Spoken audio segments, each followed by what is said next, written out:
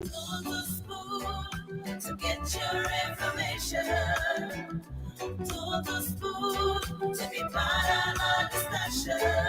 Spoon, spoon, spoon television. Spoon, spoon, spoon radio station. Spoon gonna tell you what is happening in Liberia.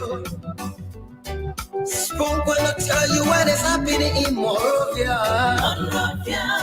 Spoon gonna tell you what is happening in Africa. Just to spoon you will know. If the children crying for starvation, just to spoon. You want to get a news update, my brother, to spoon. You want to know what is happening in Monrovia, to spoon. Politicians want to make their decision, just to spoon. You want to know what happening in the ministry, to spoon. Yeah, to spoon. Yeah, to spoon. You from Vonjema, Maryland, to spoon. Yeah, to spoon. If you eat keep on congratulate my brother, to spoon. You got a spoon TV, you got a spoon radio, to spoon. Yeah, to spoon. Yeah, Rastafari. Kilibaba, kilibaba, kilibaba, kilibaba, kilibaba, kilibaba. What I want? Yes, I do, but today, Spoon TV. yes, I do, but today.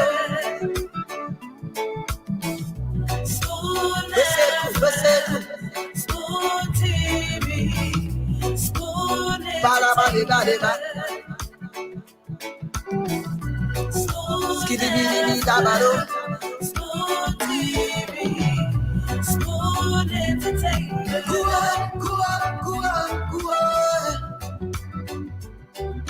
Bese kua, go to there. Kua, go to with the spoons and your boy right in the South Bend. Charges on the beat. On the spoon to get your information. To the spoon to be part of our discussion. Spoon, spoon, spoon television. Spoon, spoon, spoon radio station. Spoon gonna tell you what is happening in Liberia. Spoon gonna tell you what is happening in Monrovia. Spoon gonna tell you what is happening in Africa. Just to spoon you will know. If the children crying for starvation, just to spoon. You want to get a news update, my brother, to spoon. You want to know what is happening in Monrovia, to spoon. Politicians want to make their decision, just to spoon. You want to know what happening in the ministry, to spoon. Yeah, to spoon. Yeah, to spoon. You from Vonjema, Maryland, to spoon. Yeah, to spoon. If you eat keep on congratulate my brother, to spoon. You got a spoon TV, you got a spoon radio, to spoon. Yeah, to spoon. Yeah, Rastafari. Kilibaba, kilibaba, kilibaba, kilibaba, kilibaba, kilibaba. What I want? Yes, I do, but today, Spoon TV. Spoon Yes, I do, I do. Spoon TV, Spoon Ba-da-ba-de-ba-de-ba. Skiddy-biddy-biddy-da-ba-do. Spoon TV, Spoon Entertainment. Okay, folks, we'd like to say welcome tonight to another edition of the program, Spoon Talk, right here on your radio. We're live on Spoon 107.5 FM, Fabric 101.1 FM. Of course, we online, Spoon TV Live, Fabric TV Live, Supra TV Live. Encourage someone to listen with you. And of course, join us tonight for another edition of the program, Spoon Talk. My name is Nelson Colette, and of course, James Gude Flomo and Honorable Kef Hassan are here already. Let me say good evening to you, Honorable Hassan. Yeah, my brother. How are you? How is everything? Yeah. God money us. James? Yeah. Yeah. Yeah, I said, yeah. I said, hi, everything. I said, God money me. I'm okay. God money, you okay? Oh, okay. Yeah. Today we are having our guest today is Dr. Lester Tenney, who gonna go through this speech of the president, the state of the nation, the SONA. So he would talk about it. I can. He's in the back, but we're gonna be on the show today. First of all, let's say hi to our guest, Dr. Richardson. Please do me a favor and read our guest name. Please do me a favor. Okay. How you doing? How's everybody doing today? Sorry, I'm a little late. Been working from home. It's tough. Okay. I'd like to welcome all of our viewers today, no matter where you are in Liberia, on social media, listening by way of the radio or TV. We just like to welcome you to Spoon TV, Spoon Network. I'm going to call your name in no particular order. We're very happy for you to be here today. We know you could have been doing so many things. You could have been just relaxing somewhere, drinking coconut water, but you're here with us today. So we want to thank you. I want to start with Tippos PK Dempster. He's here with us today. I want to also say Octavius Manja Sa Perry is also with us today. Nancy Eastman, she says, hello, Spoon family. Hello to you. Alfred Tukpa, he's following us. Prominent Citizen is also here today. App Will, he's here from Zamingtown, Riverside County. All of you who are in Zamingtown, Riverside County, I want to give you a shout out. Thank you for joining us today and continue to listen. Call Gloria Voga Mulba is here. Hello, she says, hello, guys. Hello to you too. Valentine Precious says, hello, Dr. Richardson. My hair is on point. Hi, Valentine. Hi, Valentine Precious. I knew you by another name, but that's okay. Minister Thomas B. Hodges is here. He says, hello to everybody. Thomas Fallow Numa is watching from Barnard Farm, FDA Junction, Painesville, Liberia. All of those who are at FDA Junction, Painesville, Monrovia, I want to send you a shout out. Thank you for watching us. Thank you for joining us. Moses G. Bono is also here. He says, good evening, Spoon family. I believe Moses is from the GSA Road. That was where I think I last saw you selling Orange Card and Lone Star Card. You're doing a great job. Keep pushing along, pressing along. You're my young man.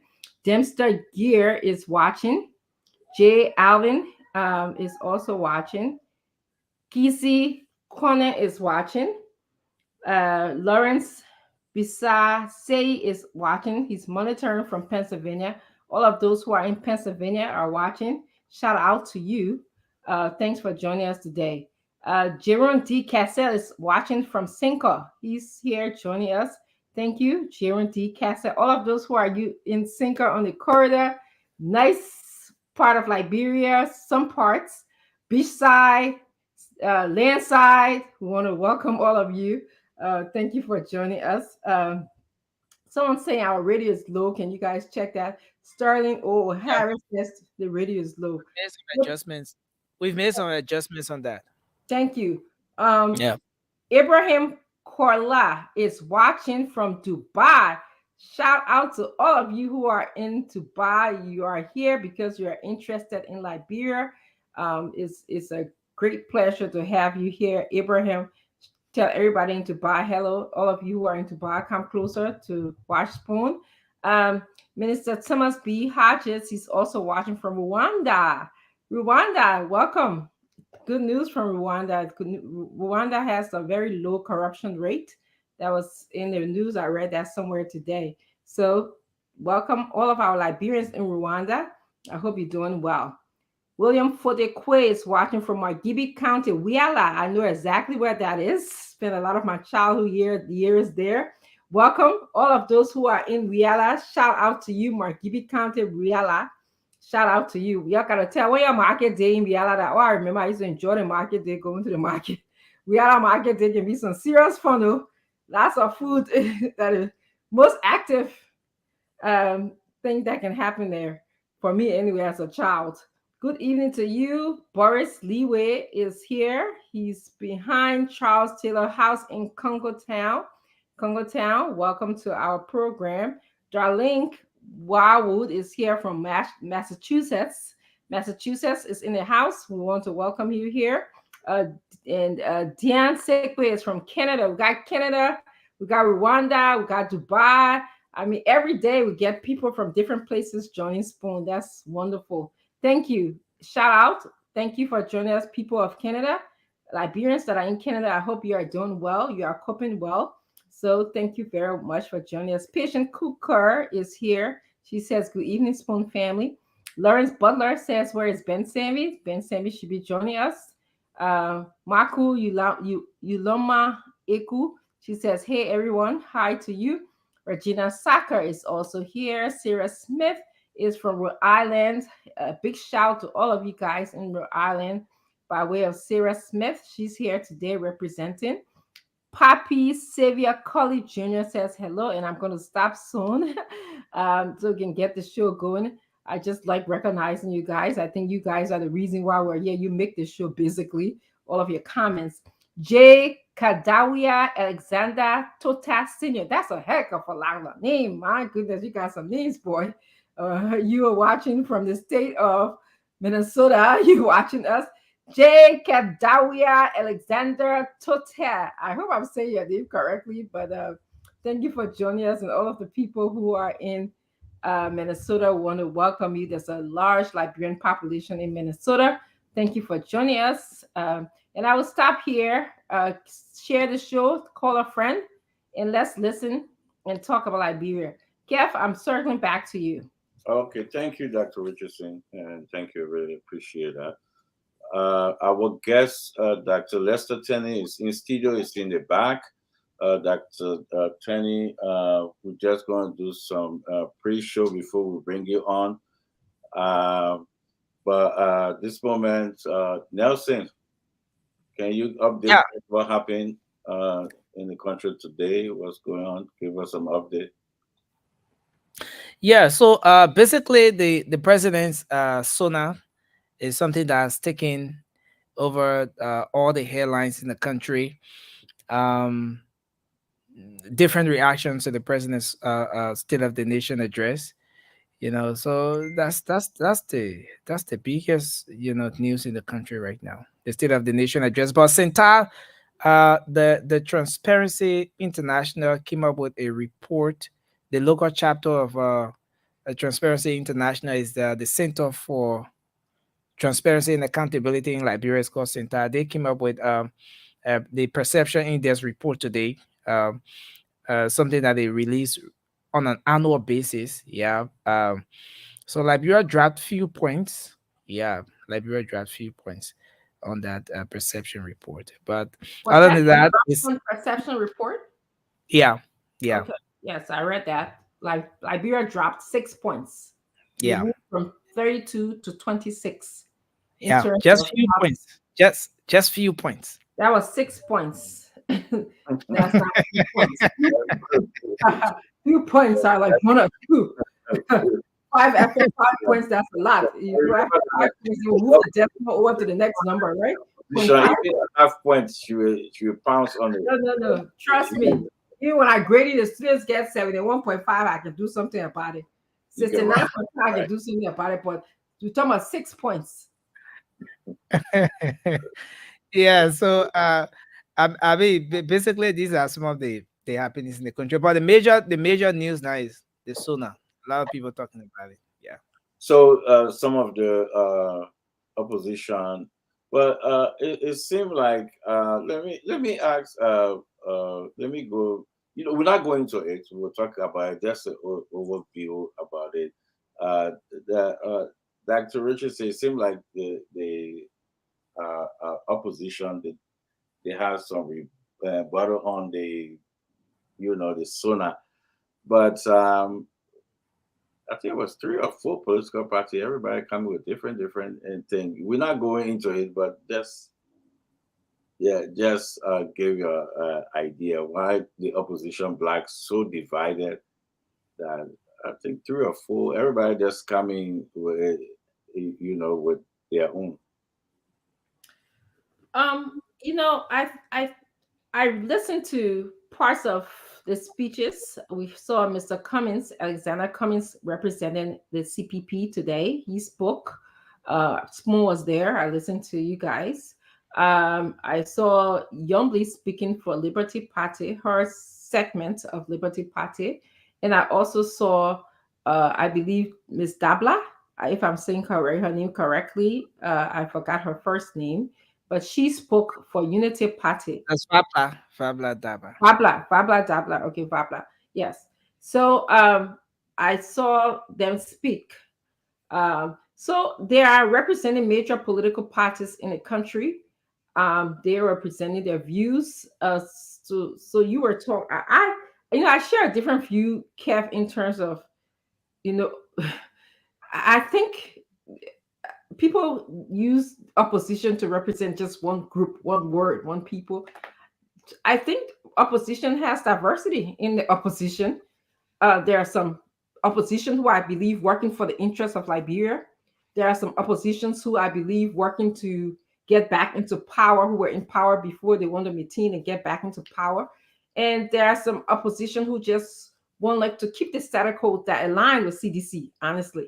So so I don't see the opposition as say one, say one, say all. And the reason why I believe that it is like that, because our country has an interesting history. It's not here when the Republican speaks, everybody, speak for all Republicans, or when the Democrat speaks, which we're accustomed to. But this country has been existing for many, many years. So they have, fixed the system in this manner where, there's two major political parties. We have 22 political parties. It's thank God those 22 political parties didn't speak today or more that register. So that's Maybe my view on there. maybe they spoke, or not too That's much true. people cover the That's everybody. true. Yeah, That's James. true. They could have spoken, but they didn't get Before the we media bring coverage that our we did. guest, up, James, what you made of uh, the opposition black? Everybody speaking in a different tone. People going left and right, and that's mixing up things. What you made of that? Oh, James, before you say that, I just want to just say, I don't think that the speeches, whatever they said today, was different that much. And I wanted to save that part to get into it, which I will. They all criticized George Weah. They all said that George Weah is not doing a good job for Liberia. So they all start with that thing. So I don't think they are saying different things today. But James, we're not going to it because the guest will come on very soon. Dr. Lester Tenney will come on. We just trying to touch one or two area. But James, what you made of the kind of different messages that from this party, this, because when you go into the president speech, you have to go into it and talk about what the president said, you know. But everybody's saying their own thing. The president said this, the president said this. Unity Party said, no, we the one. ANC said, no, we the one. Everybody, they're saying different things. What are you made of that? Uh, I think the opposition did a very beautiful job today by correcting some of the misinformation that came from the president's message.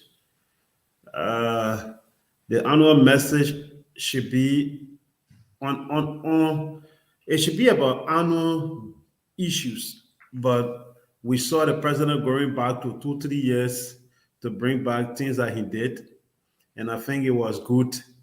It was good for the opposition to come in and correct some of those mistakes and some of the misinformation and disinformation that were provided by the president in his message. And if Liberia was a country where we never had oppositions, I think the president was going to get a very free ride to the 2023 elections. In fact, we were not going to have election; he was just going to get it.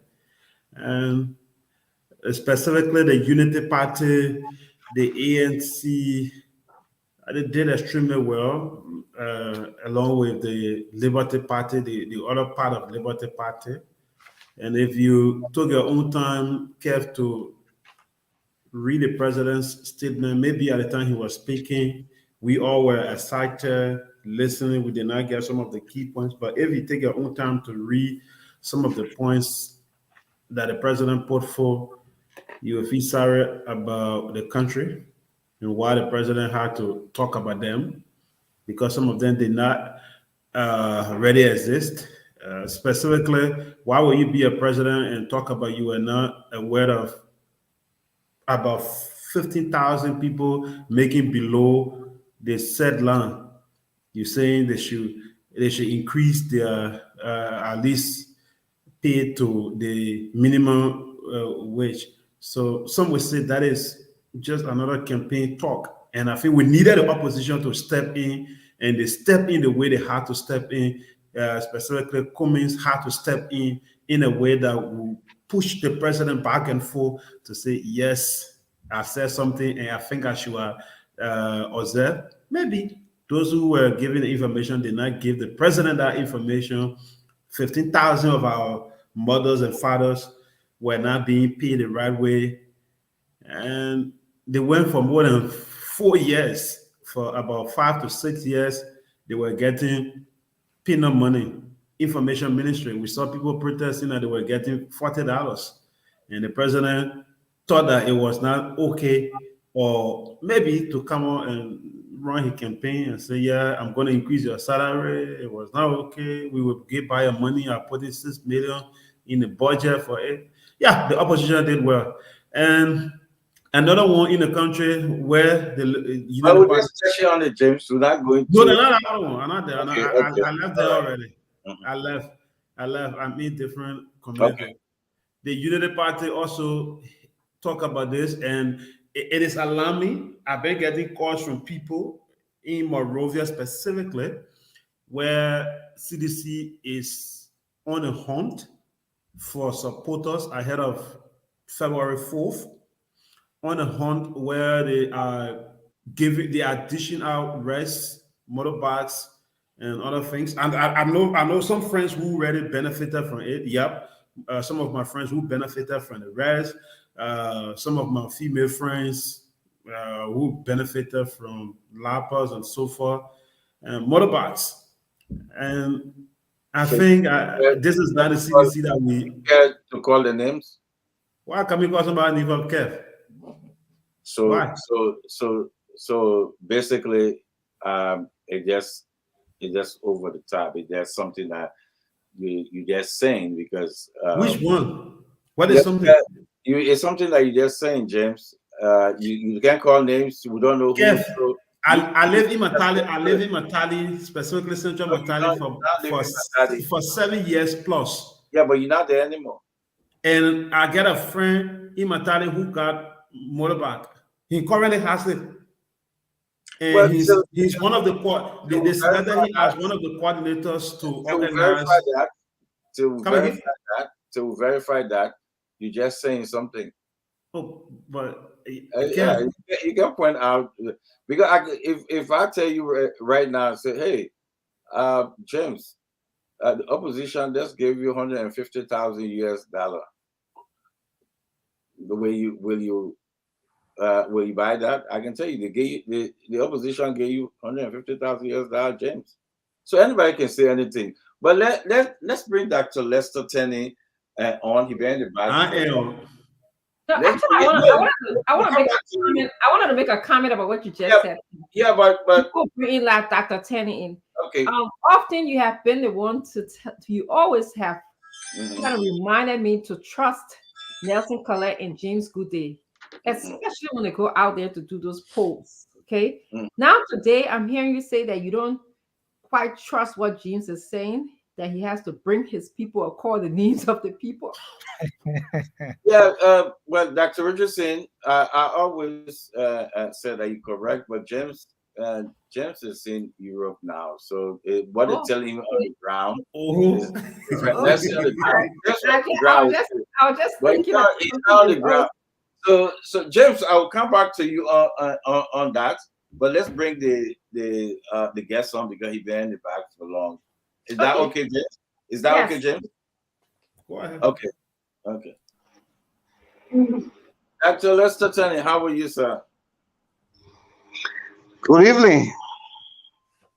Okay. Well, welcome to the Spoon Talk. You're not a stranger here. We have Dr. Richardson, James gone in the back. James, you need to come on. You know, I want you to be part of it and take part with the guys and come on. We will. So you can go to the back. Well, can you please come, James? Um, Dr. Richardson here. Of course, you know her. Uh, uh, Kef is here. I'm here. So uh, yesterday, but let's introduce yourself before we go into it. Let's introduce yourself, Dr. Lester Tenney.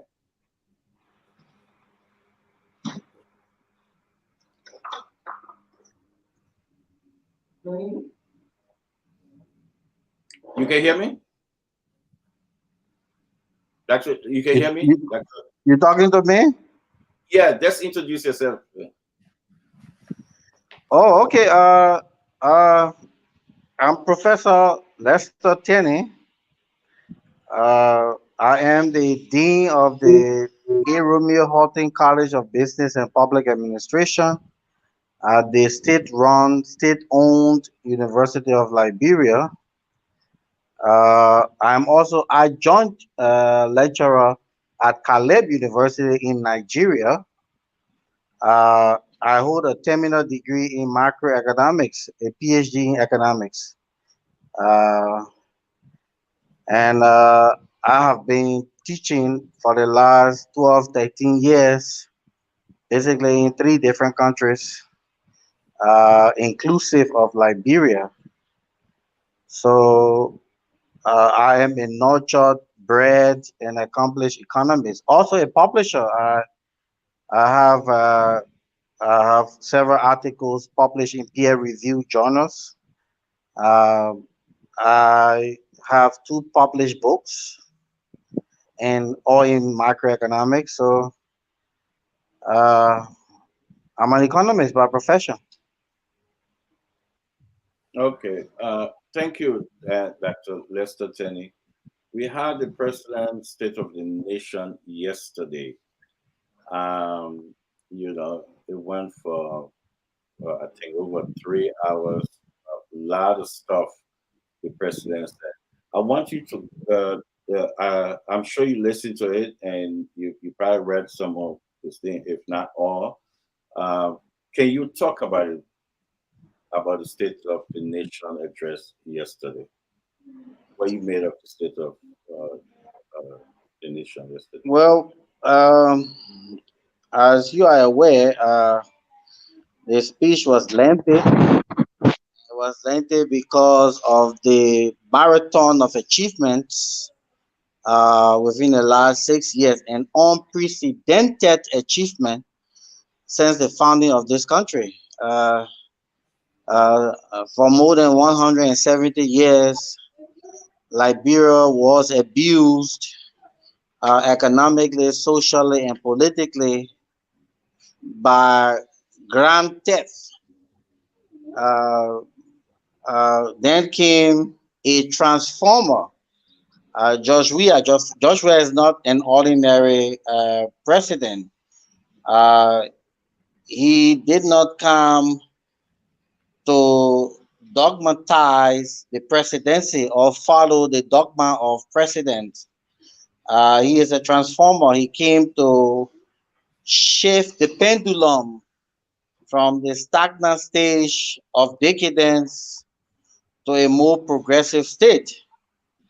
So the coming of George Weah in itself was a radical departure from normalcy.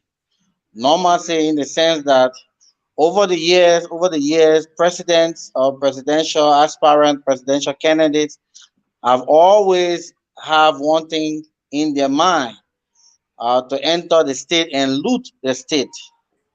But there is a man who so interest is to rebrand, retool, re-engineer, reshape the political, social, economic landscape of this country. So you can expect uh, such a person to deliver. I think, in fact, the speech was condensed. The 3 hours was very insufficient given the Herculean intervention he has done in this country. But because of time, the speech was condensed. Some of the issues that should have been brought forth was removed because of the sake of time. But let us look at the anatomy of the speech. The anatomy of the speech. The speech itself was accumulation of the 6 year, 5.5 years of leadership. It cataloged the state of the present country,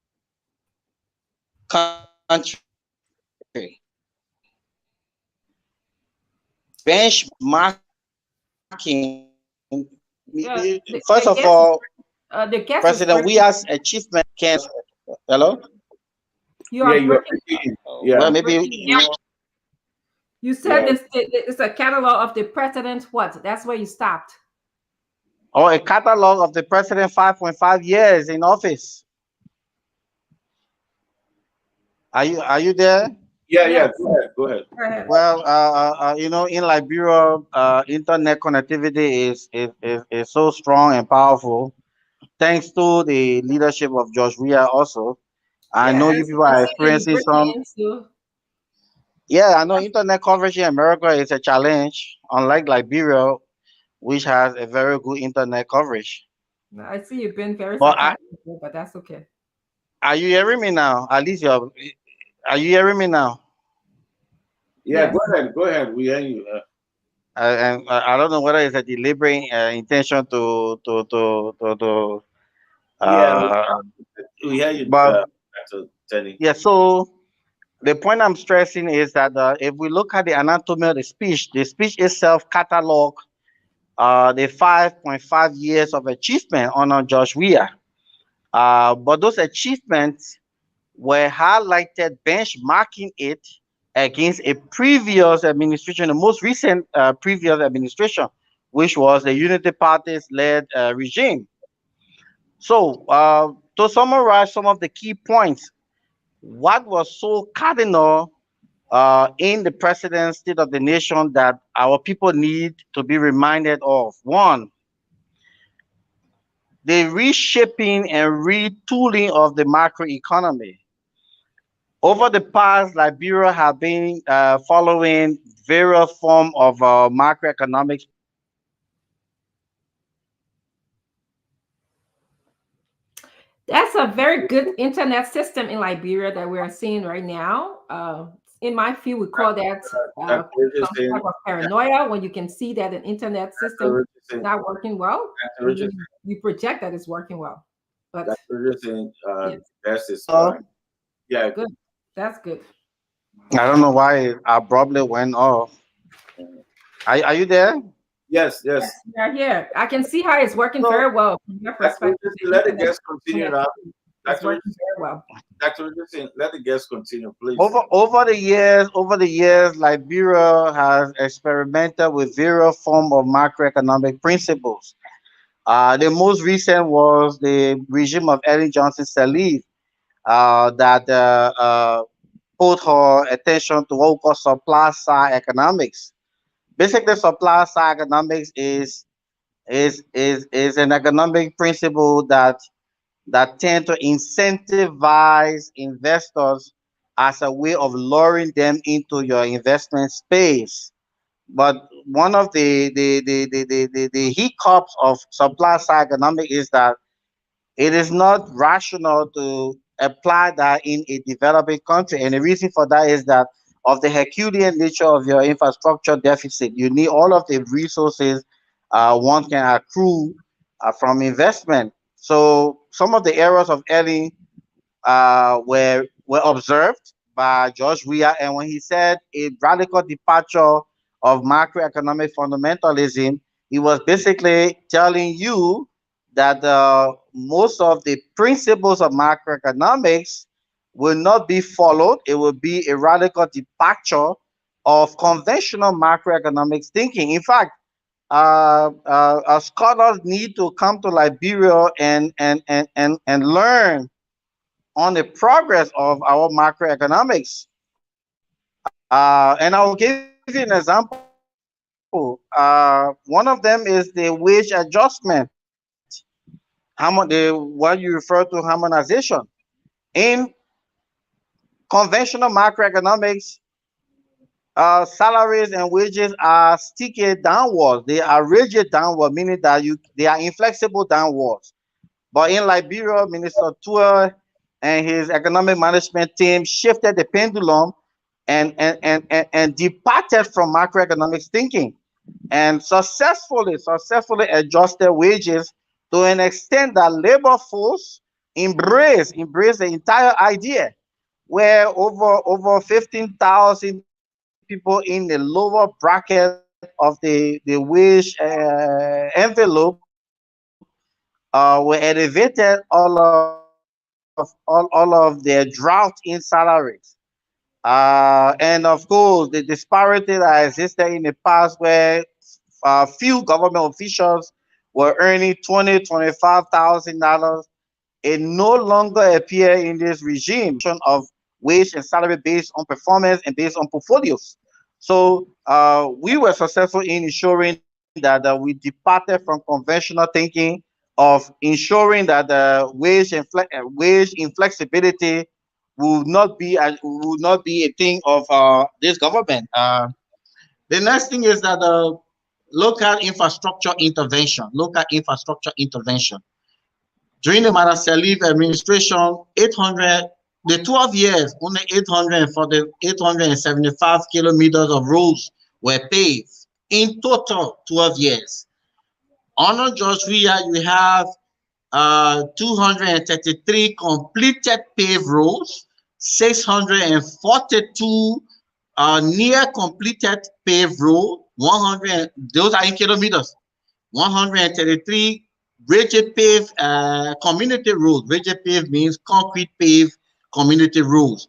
It means that within the last 5.5 years, George Weah has successfully transformed the infrastructural landscape with the paving of over 1,000 kilometers of roads, excluding those roads that are currently being constructed. And I'll give you a few examples: the RIA Monrovia corridor, RIA ERWA corridor, sorry, the Banga to Salaye and onward to Menikoma corridor. Those are interventions that are currently ongoing. But more besides, look at the health sector. Previously, not too long ago, medical doctors, people who were schooled in the art of medicine, were being paid $700 monthly. Currently, today, as I speak, medical doctors earn $2,000. That's 165% increment in their pay, from $700 to $2,000 for each medical doctor. That is a frog leap extension of the salary of professionals. University professors, university lecturers that used to earn between $50 to $120 no longer earn that.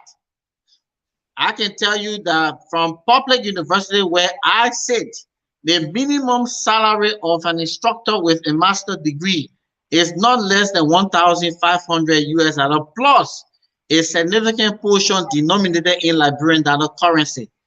This has been a remarkable improvement in ensuring that our professionals are well taken care of under this regime. More besides, the burden of over 40,000 12 graders were shifted from families to the government. 40,000 12 graders, that's about close to 1,005 households can now be relieved of the burden of WIAC and WAS fees. These fees are now being paid by the government of Liberia through the instrumentality of the president. This in itself has boosted the enrollment of high school students to about 10,000. So the current enrollment of high school students was between 25, 30,000. Now you have over 40,000 students because they are aware that they can now go to school and don't think about wire fees being paid by the parents. And that is a significant boost in the educational sector. More besides, President Weah's administration has built 40% more hospitals in the last 5.5 years as compared to Eddie Johnson Sirleaf. And how? You have currently 8 hospitals in the southeast that are 90% completed. You have the 40 military hospital totally completed. You have the ultra-modern Emirate, 100-bed Emirate hospital that will serve the people of Bapudi and Lower Lofa County complete. You have for the first time in this country, a trauma unit. You know, care for over 170 years, Liberia had never had a trauma unit. A trauma unit is a specialized area that address emergency like terrible accident. We have never had a trauma unit in any of our hospitals. JFK now boasts of a modern trauma unit for the first time in this country under George Weah administration. You know, you have public education absolutely free. Public education absolutely free for our school age going children and at the university level. All public university students pay a minimum of less than $20. Actually, it's $17. $17 per semester. The burden of operation of those public institutions are on the government of Liberia. On the government of Liberia. But let us look at some of the macroeconomic intervention. Inflation in Liberia, despite the global turbulence, you know, inflation has to do with it's a characteristic of the general price level.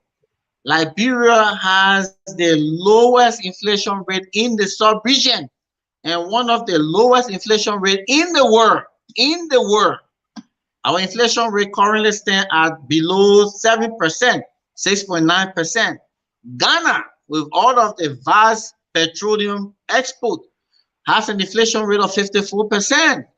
Nigeria, 30-something percent. Sierra Leone, 12%. Ivory Coast, I think 11 or something percent. So what is the recipe for our economic sausage improvement in the economy, but a bread and butter issue. Of course, you can understand those who hold those perceptions, and the reason for that is the limitation in understanding of macroeconomics. Economic development has to do with the well-being of the people, and that is a long-run event. Economic growth is an annual event. It is the accumulation of economic growth that gave rise to economic development. But economic development is not a medium-term or short-term event. It is a long-term. In economics, when we talk about the long term, we're talking about between 7 to 10 years. So all of these intervention will accumulate into what we call economic development, where the dividend will be felt by our people. Let me stop that for now. Yes, thank you for going into some of the things that our people need to know about the achievement of this president. You said a lot of stuff that I wanted to ask you, but let me go to Dr. Richardson for the first. She have for two questions to you in everything that you said about the achievement of this president. So we want to allow our panelists to ask the question. The other guys, Dr. Peabody, Tomlin George, and Ben Savvy will be coming on. But for now, it's James Udeflomo and Dr. Richardson. Dr. Richardson, Dr. Lester Tenney, two questions. Yeah. So I want to first make a comment about what Dr. Lester Tenney has said so our viewers can listen. He begins his comments and his overview of the speech yesterday by giving us all of these flowery words. Liberia was abused by grand theft. That's what he said. Weah is not an ordinary president. He came to shift the pendulum from a stagnant stage to a more robust stage. Those are my words. Weah came to rebrand, reshape their political map. Again, political map is my words.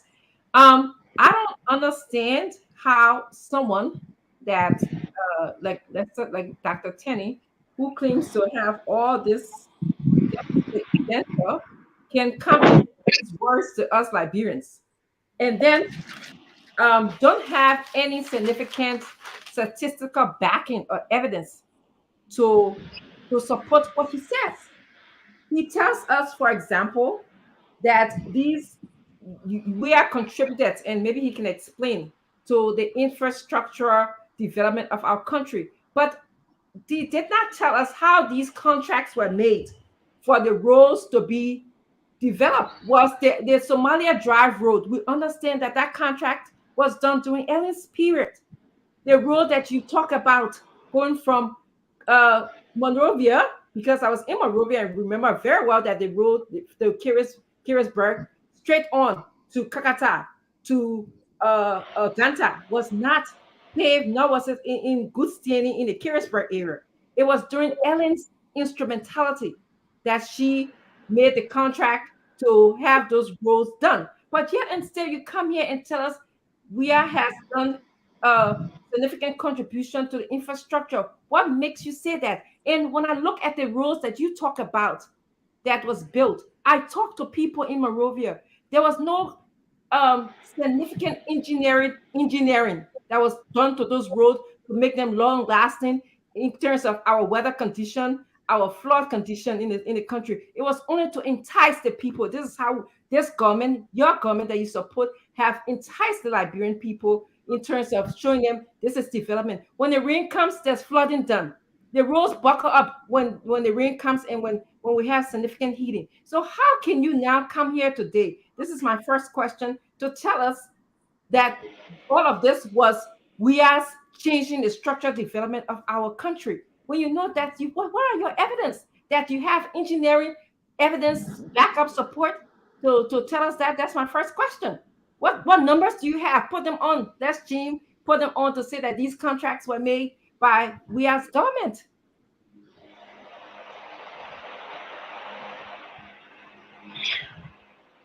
So, hello. Yes. Can I respond? Yes, that's my first question to you. So, Kev, Yeah. Dr. Richardson, yeah, you struck a very important point that the design of the roads are questionable. But you forgot to know that it was under Eddie Johnson Sirleaf that most of these roads in Monrovia were built. And I agree with you. There were no adequate specification or alignment to details, and that is why gave rise to periodic flooding in Monrovia. But it is under George Weah that all roads are properly engineered. Properly engineered means it must have adequate drainage system, unlike in the past, where if it rains in Monrovia, Broad Street, Carey Street, and all of the different streets got flooded, and they all get flooded because the engineering design has some hiccups. Honor George Weah road construction, you barely have anything that will pass without being examined carefully. All of I the roads, and I'll strongly give you an disagree. example. I will give you Dr. an Tenney, example. If you if Dr. you Tenney, drove I if strongly you agree with drove you. I was just in if you drove Monrovia. on the I was in Rattlefield Monrovia during the axis, rainy season last January. The entire, when you go down the hill, Crown Hill, the entire road on Broad Street was flooded. We can even show you exactly, and that pictures. is a And so you are telling us now that and on that the is a George mess we Weah, keep to there was fix. specification with engineering. I disagree with you. That is a blatant lie. But what caused the flooding of the roads? If the road had proper drainages, there will not be You should there will answer not that be because you are telling us that he changed the infrastructure development of the country. You are telling wait, us wait, that wait, there was wait. Don't forget specification that those and roads were built during Elling. there were Hello? no. You just told us that there was engineering. Well, There was engineering that was my,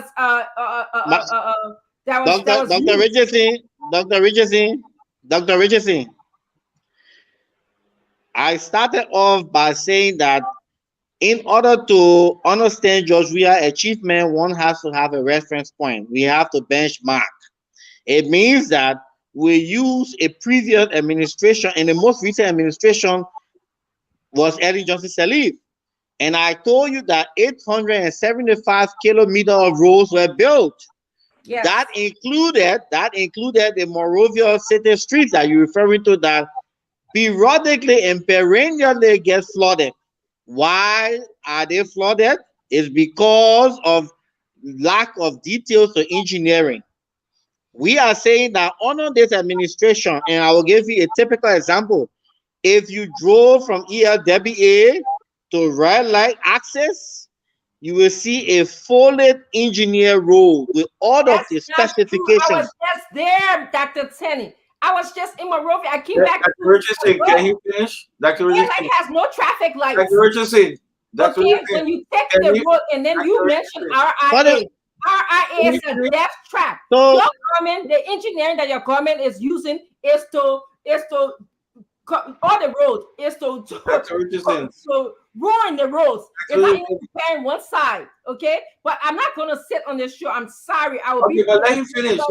Let him so finish. sorry. I'll be Dr. doing a Richardson, disservice for our viewers if I sit on this platform and let Dr. Dr. Tenney Richardson, on true stories because many of our Dr. viewers may Dr. not be Richardson, there to I, see. I did I did not come here to appease you. Yeah, let him I'm here to present the facts.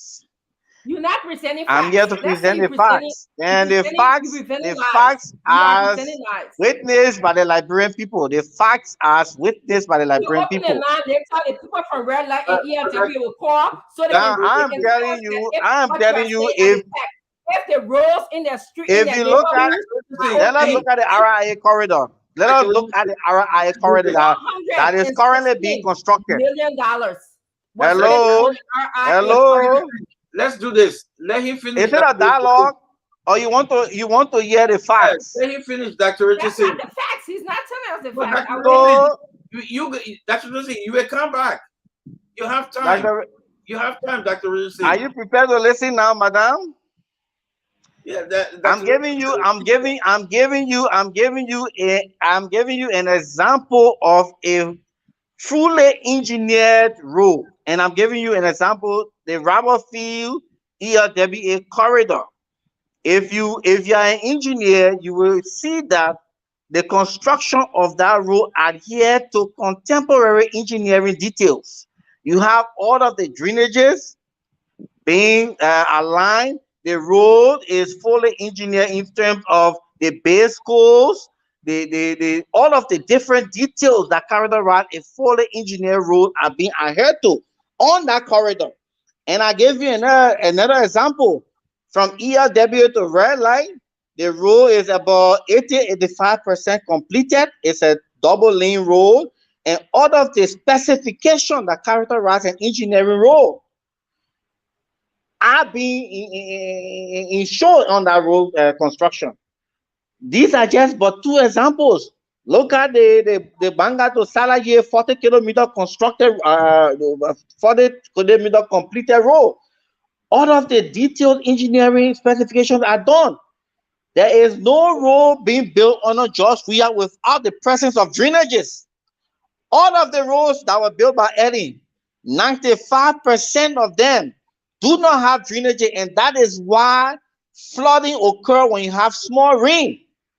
And that is the difference between our construction and the so-called 12-year construction that you all embrace in this country. But let us not limit ourselves to roads. See the number of schools that are being built. 28 high schools are currently being dedicated under this administration. 28 throughout the length and breadth of this country. Under Madam Salif, you only have four. So you can see that George Weah itself is not an ordinary leader. He's not a reformer. He's not the president that people expect him to be. He's a transformer, transforming the life of our people through various interventions. See the economy, for example. Irrespective of the global turbulence in the macroeconomy, our people are living better. They are living better, and that's why they are living longer. If the perception that people have that our people are suffering, then they will not have a higher life expectancy. People will be dying sooner. But Liberia has the life expectancy of 64 years. Liberians live longer than people in Sierra Leone, 61 years. People in Guinea, 62 years. So if the people are so desperately suffering and poor, they will be dying even before they reach 30. But we have a higher life expectancy. Under Manasseh, the life expectancy of 58. You were asking for data. I'm giving you data. Now, according to the global poverty index, Liberia, the multi-dimensional index, Liberia is one of 20 countries around the world, 2022. One of 20 countries around the world that has escaped extreme poverty. And we have reduced our extreme poverty by 8%. 8%. I'm giving you statistics now. How are you marking it? So, with all of these achievements, how can anyone... I just did a quick Google search. Life expectancy for men in Liberia is 63.2. Female is 65.0, just for the record. So you see, if I even underestimated the number, I said 64. You said life expectancy. Thank you for your scholarly, thank you for your scholarly intervention. So you can see now that people are living more. No, you said life expectancy for Liberian in general was 64. Okay, life expectancy. So this is where your professorship comes in. You have corrected the 64 and even increased it to 65. Well, no, so it means that people are happier. People are happier in Liberia. They are living longer thanks to your research. I appreciate that. No, you see, this is. But if you are talking to that, this is Dr. Tenney. You know when it's terrible for me to sit here and. But Dr. Richardson, you said for women is 65, right? Wait. This is. Kev, this is the myopic thinking that we have in Liberia. That we so if you have, okay, Dr. Richardson, if you have for women 65 and men 63, what is the average? Is that 64? No. What is the average between 63 and 65? Irish, that's not what you said. You were trying to the Irish life expectancy. That's not what you said. You just said all Liberians. okay, at 64. And the thing about this is, But we look people like me who are in the research field, people like me who are looking at. You said Yeah, women let me live talk. longer. Let me talk. Okay. No, When we but look at- Madam when we Richardson, look Dr. at- when we Richardson, look- Dr. Dr. Richardson, with Tenney, all due respect, Dr. right? Tenney, can I speak, please? With You all speak due forever respect, on this let us show. agree. Can I Let us speak? agree on the Can research. I speak? No, we are not. Let us gonna agree on the because research. Let me tell you something. I am a social scientist, okay? Dr. Richardson, And when we look at I'm going to teach you something today. When we look at life expectancy, we look at contributing I'm factors. allowed to learn. I'm We always look at learning. I'm extra- always learning. factors, extravenous factors that contribute to life expectancy. We don't just come and say, oh, life expectancy is in Liberia because George Weah has presented a better life condition for people. No, we look at different factors So- and we break it down. And so what Okay, so let us factors? let us digress a little bit. Let me give you further explanation, right? We have something called a Human Development I Index. don't know. Kev, you moderated Hello? the show. We have something called the Human Development Index. Doctor, Under George Weah administration, our Human Development Index has improved significantly. The Human Development Index catalog three basic pro-life events: health, education, and income. Those are the three parameters associated with Human Development Index. 2022, the recent Human Development Index, Liberia has improved in this Human Development Index. What does that say? It means that the governance under President Weah has dramatically shifted the life of our people to the positive.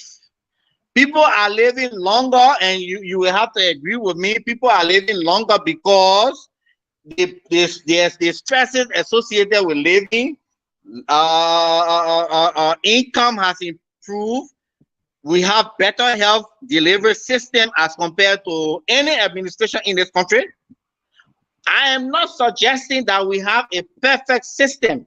Liberia has not reached autarky, has not reached utopian state. No country has reached a utopian state. What I'm saying that I'm benchmarking meaning that I'm using the previous administration as a point of reference. And you are educated, you will agree with me that in order for me to show achievement, it must be benchmarked against something. That's how social scientists operate. And I'm using the most recent past of the 12 years marathon abuse and the gang raping of this country under Madam Salif, comparing it to the 5.5 years.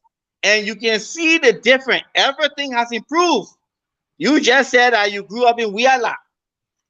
People in Wiala are happier now than when you left from Wiala some years ago. And you can bear witness to that. You can bear witness to that. They are living longer in Wiala than when you left them some time ago.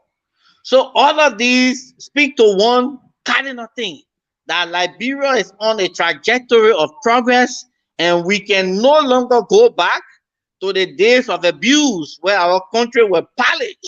So can I say that you cannot? And we can no longer attempt to experiment. If you look at the statistics, if you look at the statistics, can we agree that life expectancy statistics tend to, in Liberia, has been going up despite who you still on the life expectancy thing? Who regime it is. So we cannot come here and say that the life expectancy improved under George Weah's government because he's providing a better life condition. This is the lies. This is the fallacy that you guys. But what? I'm looking at. Well, why are the conditions? What? Wait. Let me check you right there. Let me check you right there. Let me check you right there. Right. I'm saying that the life. Dr. Richardson, let me check you right there. And that is the beauty of economists, right? Can I speak, please? Hello. Hello to you. Can I speak, please? Let she finish. Thank you. Let you finish. So you are breaking. I can't hear you. Expectancy for Liberians have over the years improved, and it's not isolated to one. I can hear her actually. She's breaking. Okay. You say. I'm sorry, it's internet connectivity, which I'm not responsible for. You are living in such a government where the conditions I really didn't get you. I'm listening here. I'm doing other research on different websites here.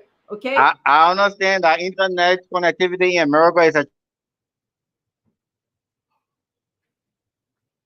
So for the record, people, the life expectancy have improved in Liberia over the years. I'm looking at and I can't download the whole thing. From 2010 for female it was 60.4, 60.6.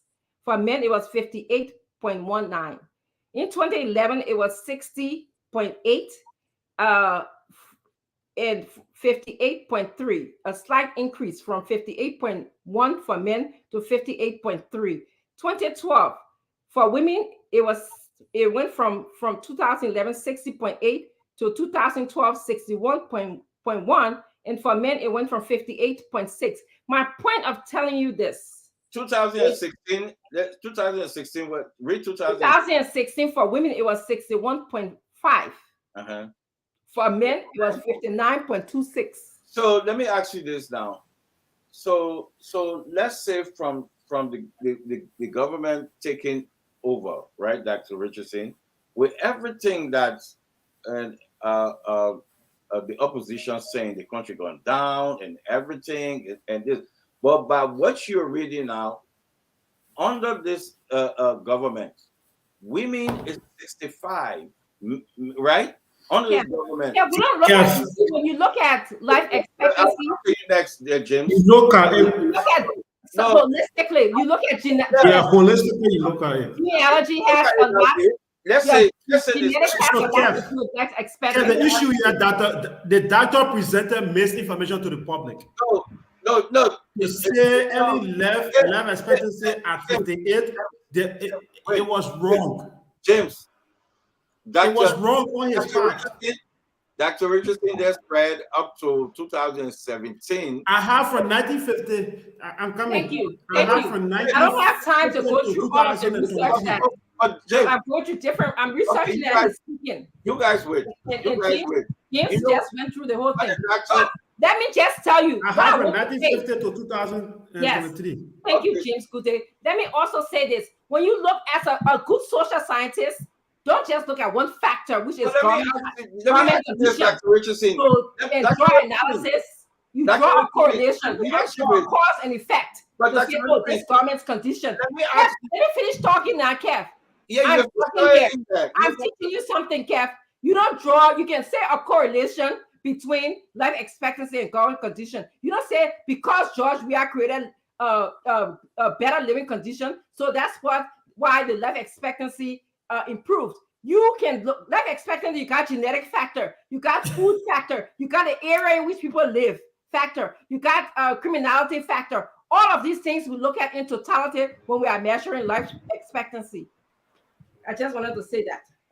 Yeah. So, Dr. Richardson, let me say this. Yeah. Let me ask you this question. From you, we will go. I don't know if you finished your question with. No, actually, my second question was. Let me ask you this before you go. Because of the condition that you opposition are presenting to the people, don't you think Liberia should have it should be going down, not going up? Because you're saying the country is saying. No, I'm not saying what I'm talking about. No, I'm asking you. Okay, let me say this. If you live in the country, you're saying no good health care. The country is bad. Why it going up? Why is that going down? So because you don't look at a single factor. Can you answer that? Because countries over the years, okay? Countries over the years, it's not only isolated to Liberia. You look at countries over the years. When you look at life expectancy factors, all of the things that contribute, okay? It's not one thing. It's not just what the look at genealogy. If the things are contributing, it's not going well, like healthcare, like everything. It should be going down, not going up. That's not true. Liberia, regardless of whether it was adding government, our health care. Our health care. That's your second question, then we'll go to James. Yeah, I want to say, James, actually, I want to say something. You cannot look at the factor of a government creating good condition because we have no way to absolutely measure that. We can say if we can measure people's genealogy, we can measure location of where they live, we can measure crime rate, we can measure some people, the food that they eat. All of those factors contribute to life expectancy. Why going up? Why are the factors? Because overall, the world has changed. Why the factor in Liberia? Why going up? Overall, the world is changing. Okay? So, I'll answer your question. Furthermore, my second question to Dr. Tenney is that no, Dr. Richardson. Dr. Richardson. Can I answer my second question? Can I ask my second question, please? No, Dr. Richardson. Dr. Richardson. I want to ask my second question. But Dr. Tenney, what you want to ask, just mark it down. Once you finish, then you just put all in there. I just wanted to provide some information, right? You know, you are an educator, you are a professor. It will be extremely disingenuous to see the reality and try to twist it. It's wrong. Life expectancy has to do with several factors that give rise to improvement or deterioration. You said several factors, right? If condition in the society is terrible, life expectancy will fall. If healthcare system is deplorable, if economic situation in the country is deplorable, if people are not being educated to understand how to live properly, if nutrition is terrible, people will live shorter. Those are the biometer upon which life expectancy is observed. That's what we measure in a developed world. We measure healthcare, we measure dieting, we measure all of those things. And that can give us a good understanding of life expectancy. In Liberia, we don't have a baseline. You know that. People are living by the grace of God and perhaps genealogy and environment. So if we don't have a baseline, why are people living longer now than in the past? So let me ask you the question. If there is no baseline, why are people living longer now than in the past? We do not know that we are creating a good condition. As an educator, I don't expect you to do that. But anyway, Dr. Richardson, ask your second question. My second question goes back to the same thing about evidence and facts and statistics.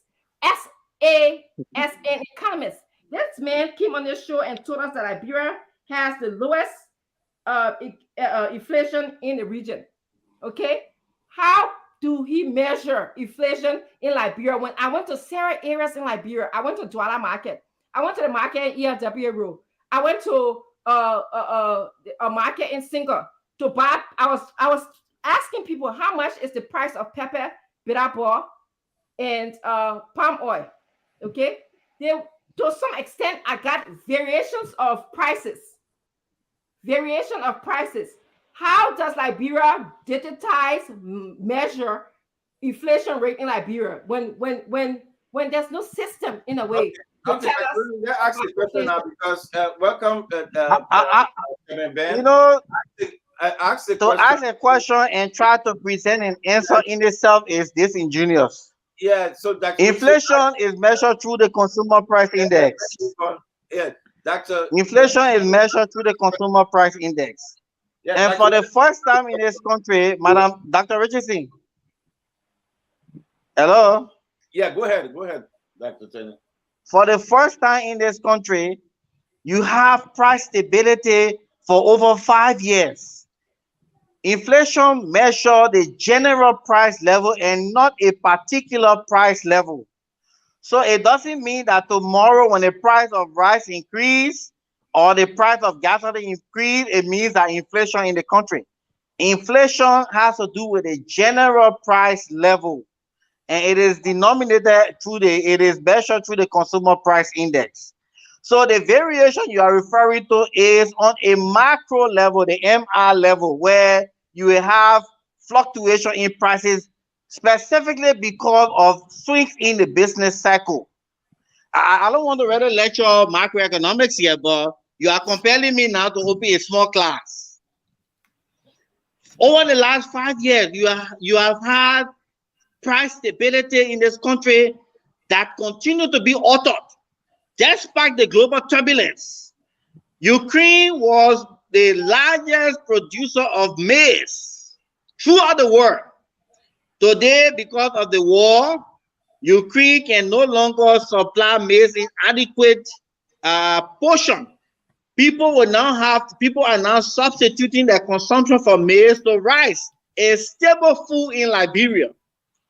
You will expect that as the demand for rice increases, price of those commodities will follow. But in Liberia, you only have a marginal increment. A marginal increment because government has shifted the burden from the consumers to government. Rice in itself is a perfectly inelastic commodity. Perfectly inelastic means it is the consumer that's supposed to bear the cost of any increment in the price. But what has George Weah done? He has shifted, he has removed. Oh man, his internet. Well, he will. Yeah, come in. While he coming, I want to ask: did he say in the sub-region, Liberia has the lowest inflation rate? Yes, he did. I wrote Where it he down. got that from? I don't know. I wish I would. Do you have any data like go contrary to what he said? Any data? Read to my neighbor house there. I don't know who's controlling your platform. I'm suspecting that Dr. Richardson controlling your platform because every time I try to stress a point, I get offline. What's going on? No. That's not. Yeah, I controlling it. That's not. Hello, Madam Dr. Richardson, are you tampering with the internet connectivity from your end? Over here, George. We are coming. I scare you, huh? But Dr. Tenney, the battle of the doctors. I think you guys, Dr. Richardson, have 45 minutes asking question. The longest in Spoon Talk history. That one panelist took 45 minutes. So you took it. See, Dr. Richardson, No, but you are interrupting me, so you're not fair. But that's okay. I'm going to be quiet. I'm going to be quiet because Jimmy Ben, welcome. He just came in and James wanted to say something, so I'll be quiet. Go ahead, James. Go ahead. Your two questions. I know you're not going to take that long, Dr. Richardson. Enjoy our time today. All right. We already talked about the life expectancy, right? That the doctor said the past administration levied at 58%. We disproved that it did not happen. But I want you to reiterate something that I did not get clear.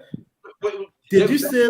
James, let me ask you. When you say you disprove that, life expectancy is not in percentage, please.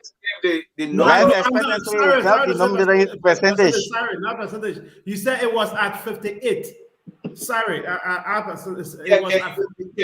you say 50. You say 58, but you say you disprove that. Can you just explain before you go? Explain where it was before this government. All right, I'm coming. I want to get it. In 2018, let me read the entire. I'm coming. No. For the time, let's do start from 2016 and 17. 20 what? 16 and 17. Give us 16 and 17. 2016 and 17, yeah. 2016, according to macro trends, it was at 62. It was at 62.45. 17, 63.03, 18, 63.60. Oh, he's gone. So far to go until we reach to 65 in 2023. So you're saying what the previous administration levied at 63.03. Yeah, for 12 years, 63. This government you know where they took it from? You want me to take it from where the previous administration took it from? Listen. We're talking about post-war. The reason we are not going to the Julie Bryan, the Taylor. We just want to take it from 2016, from 2006. Yeah. From 2006. No, you know the reason? Because on the 12 years, this government, the past government was supported by the international community. Over a lot of goodwill came to that country. So you cannot just talk about the Taylor, the Julie Bryan, because that government was never supported with the kind of funds. With the kind of funds that Unity Party. Can you allow you to just provide the information? Can you just give me 1 minute, please? Yeah. So the point here is go to that 12 years. Well, I want you to go to that 12 years. They left it at 62, or you say 63. Within 5 years, this government took it to women 65, men 63 point something that Dr. Richard said, ran up to 64. Dr. Lester Tenney were correct. So can I come in? Please, yes. The previous administration in 2006, when Ellie got inaugurated, she took it from 55. When she got inaugurated, that is when the UP administration took over. It was at 55. She took it from there and she stopped it at 63. President, we are gone for, let's say, 6 years now. From 63, where are we? We only improved 5. Okay. We only added 2. Thank you, James. In 5 years' time, we added 2. 2 years. Is there any improvement there? So if we want to do it like that, he took it from 63 to 65. Again, the clarification I wanted from the doctor has to do with the inflation rate. Did I listen to him saying Liberia has the lowest in the sub-region? We have one of the lowest inflation rate in the sub-region, and I gave you countries whose inflation rate is higher than us, but their macroeconomic is reliant on the sub-region. Has to do with Guinea, Cote d'Ivoire. I'm talking about the ECOWAS sub-region. No, let's just take it ECOWAS country. Yes, ECOWAS country. The inflation rate of I'm talking about numbers that I play with. Ghana is 54%. Nigeria is hovering around 30 something. What about Sierra Leone is 12%. Now, when you talk about the numbers, I know the numbers. I know the numbers because I publish on those numbers. Liberia has one of the lowest inflation rates in the sub-region. In the sub-region. But you said one I want to get something. Don't forget now. But don't forget, we are a net importer of goods and services. Yeah, what do you think you want to get? No, go ahead. You were saying something. No, you were asking a question, and I'm trying to help you about what I said. That we have one of the our inflation rate is under 7%. Despite the fact that we are a net importer of goods and services. Net importer means most of our consumables are brought into the country. Thanks to the 12 years of polish, most of the industry that's will be transforming some of the raw material into finished goods were not brought in this country, despite the fact of the incentivizing of investors in this country. We still didn't produce much. It was under George Weah that you have the first transformation of iron material to steel raw. It is under the administration that you have steel rod that you use for the construction of houses, roads, and other things are being manufactured right in this country, right here. You have rubber. You are one of the largest producers of raw rubber in this country. You can't even face tire. It is under the administration that you have this polythene and this small industry flourishing. So you finished? Now, before we come to the State of the Nation address, let's go back. I'm waiting for you. Have not asked a question. No. I'm asking you a question now. Back in let's go to 2019. You accused the government. This was what specifically you said. You said national calamity looming in the country. So let's go to what you stated. I heard you saying the Weah administration for the past 5 years has transformed the country than the previous administration. But about a year ago or two, you came. Oh, I think his internet giving problem. Let him come back. Hello. Yeah, I think it's giving problem. Yeah, I'm here. Okay, good. Okay, Kev, I think. He's here. Can we call him directly? No, he's here. Yeah, he can hear you. Go ahead. I'm here. Okay. All right. In 2019, you said national calamity looming if actions are not taken. And this was what specifically you posted on your Facebook page. Because I heard you saying the Weah administration has transformed the country than the previous administration. You said, you said, do we as a government possess all of the required expertise to successfully undertake the programs, the program that we have, the programs in the country? No. I think so, no. Dr. Tenney has reiterated that for the CDC administration to seriously prioritize agriculture as one way to take the country out of the current economic shambles. You said the country, how you call him?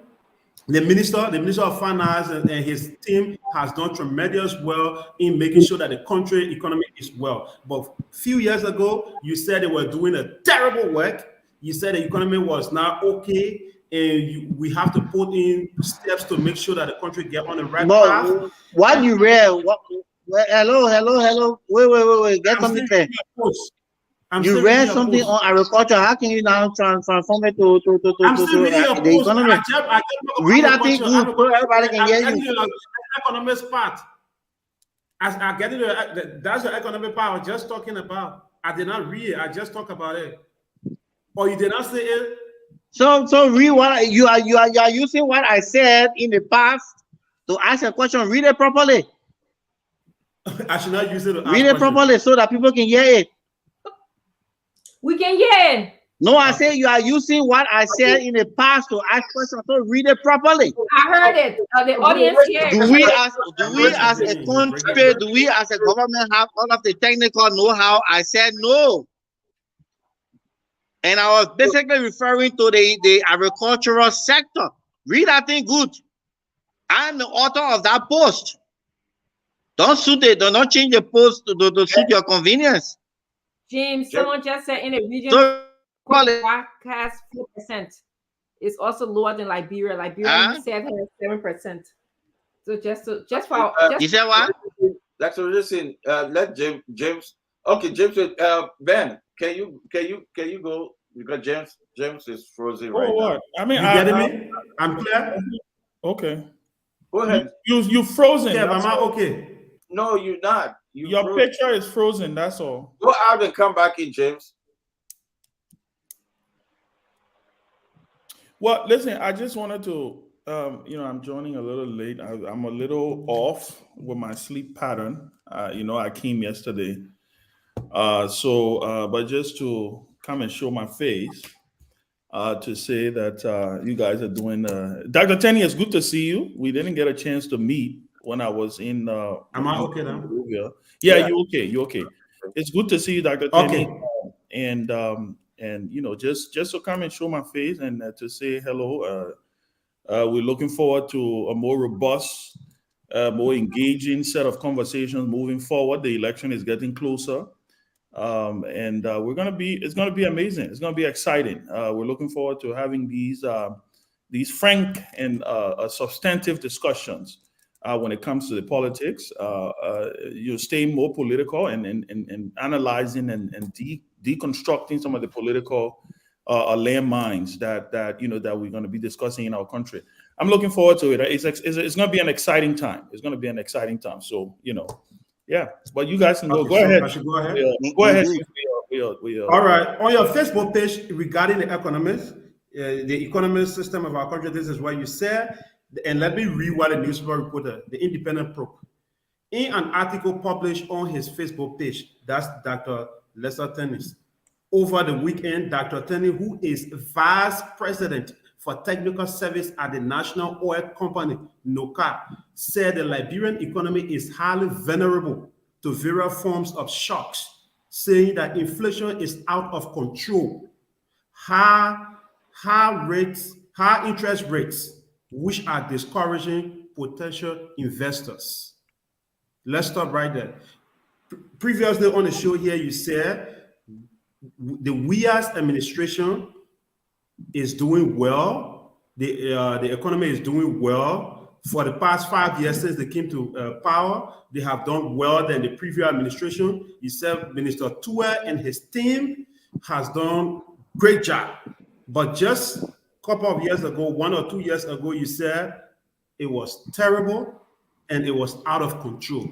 Why now you are coming back on this very platform that you appeared a few months ago to say that the economy is well, when you said yesterday it was terrible?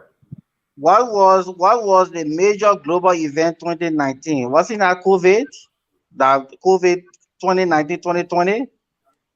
Have you forgotten that COVID held the world at ransom from 2020? Are you aware of that? When I said the macroeconomy was vulnerable and susceptible to shocks, it means that some of the fundamentals of our macroeconomy need to be tweaked and adjusted so as to align to the global shock. But again, I won't expect you to understand the details because it is advanced macroeconomics. But relative to me teaching you, I'm telling you that in that period, our 2 years back, in that period, we were susceptible. It means that we were vulnerable. Vulnerability does not mean that we are. It means that we are most likely to. If certain things are not done to mitigate the adverse effect, that is what vulnerability in macroeconomics means. It means that if certain things are not done, we will have ourselves exposed to shocks. What were the certain things? Some James left. I'm sure you would have asked this question. What were the certain things that you had to mitigate the effect? So I will tell you. I will tell you something. We inherited a country whose net reserve was almost in the red. Today, you have our net reserve almost at $500 million.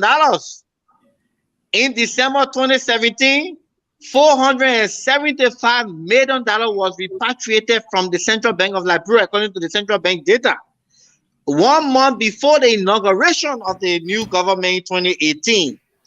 That in itself exposed us to vulnerability. And it was this vulnerability that was warning my government that we needed to mitigate these adverse effects before it destabilized the macroeconomy. And they listen. Today, people are happier. Everybody you speak to, they are very happy. They welcome the president's own innovation, and people are living longer. I mean, everywhere there's some merry-making, praises to Judge Weah, because they listened to some of the expert advice 2 years back. Going forward, 2 years after today, Flomo will be living around 64 years, holding other factor constant. If Flomo was suffering as others may have presented a case to be, Flomo would have died 2-3 years ago. But today, Flomo will live 64 years, at least 64 years. So you should be telling Judge Weah, thank you that you have added 2 more years if you are using the earning benchmark that we have gone 2 years above earning. You should be grateful to Judge Weah that you have 2 more years added to what you have been to die. You understand that, Flomo? Okay, James, you finished with Sorry, my internet was giving me problem. I did not really get Okay, let me just tell you in short that was made. I'm still facing the same problem. Yeah, but James, if you haven't, I'm not getting you. Can I ask a question? Can I ask a question? Ben, I will be back. Let me work on my internet. Yeah, I'm trying to inquire What's Yeah, the let's move on. Let's move on to you, Ben. Let's continue with. No, I just want to inquire. I'm trying to find out because I think James was asking Dr. Tenney questions based on previous posts that he made, if I'm correct. Where I think that, according to what he was saying, is that Dr. Tenney made certain projections or predictions. And correct me if because I wasn't following the show all the way. Precisely. But it's and from what I understand from what you were saying here, Dr. Tenney, is that those predictions you made were more of a warning to your government, and you believe that your government took some of the actions that you were requiring of them. Is that what you were saying? Precisely. That today we have a stable economy. Okay, so and that's what I'm trying to figure out, because I'm trying to follow out where the issue lies. Is it that you were not supposed to say it, or because you said it something happened, or what is the basis of what is the problem here? I mean, I'm trying to understand that from the angle, Because I understand we're supposed to discuss the state of the nation address, but how come something I said 2 years back surfacing? So I'm addressing those concerns within the context of the improved macro environment we have today. I see. So Flomo's assertion was 2 years back. I said that we were vulnerable, and I'm telling him yes. And because of the alert on the vulnerability today, we have listened to each other, and today you have a stable, serene, and peaceful country. So the macro environment that we all live in today is very tranquil. Dr. Richardson just came in without any molestation, without any crime. Nobody shooting in any high school as compared to the United States. Everybody move about in their normal businesses. Dr. Richardson visited Wiala, as she said. The people that she thought would have died is living, and thanks to George Weah, they are living longer because the burden of hardship has been removed from. So people are happier, they are healthier because of accessibility to healthcare. People are earning more money, more income, that are giving rise to better nutrition, better savings. The banks are no longer illiquid. Over the past 10 years, illiquidity in the banking system was a very, very annoying phenomenon. But today, you have the banking system fully on top of her game. You can go to any ATM, you put your card in, you withdraw whatever amount you want to withdraw. So we have created a semblance of tranquility because of our ingenuity in the governance system. So there's sound governance. So Dr. Richardson, do you have an issue? Yes, actually, can I tell you for the record, because I believe that. Yeah, I want to ask a question because that's your time. You want her to continue? No. Let her. For the record, I'm just trying to follow the Ben. What Dr. Tenney is speaking about when it comes to life expectancy, he is making a cause and effect analysis, saying that. You say beyond life expectancy story? Yes, but you interrupting me now. He is saying that because George Weah's government created a good condition, so people are living longer in Liberia. And I'm telling him that is not true. James brought the whole analysis of how Ellen increased, okay? Life expectancy increased. I don't even want to say Ellen increased it. I want to say that life expectancy has the tendency to increase over years. When we social scientists look at life expectancies, we look at different factors. We look at genealogy. We look at diet. We look at location of where you live, your exposure to stress, and accessibility to healthcare, like he said. Look at all of those things, and we look at it in some kind of totality. And so he is now just making this one analogy, which is where I'm having difficulty with. It's an analogy that George Weah has created a good condition for people to live in Liberia. So that's why we see a rise in life expectancy. And I'm saying that is a blatant lie. So, Dr. Okay, so let me give you an example. Let me give you an example of all of the things you stated, right? In the past, disposable income, your take-home pay was so marginal to the extent that it created additional burden on household. all of these burdens accumulated into stress. Stress is one of the major factors that give rise to death. When people are stressed, they die sooner. When people are not happy, when people are not eating proper nutrition, when their diet is not adequate enough, they will die sooner. Let us take the converse of that statement. If people are happy, if people are eating nutritious food, they are on a very secure diet. When income is ready and improved, people are happy. Generally, happiness brings longevity. So your life expectancy is expected to increase with improved socio-economic environment. And those environments cannot be a result of abstract. No, it must be brought about by somebody. And who is this intervener? Joshua. He has created a playing field for people to live longer, for you and myself to have this discussion because we can live longer, because we are happier.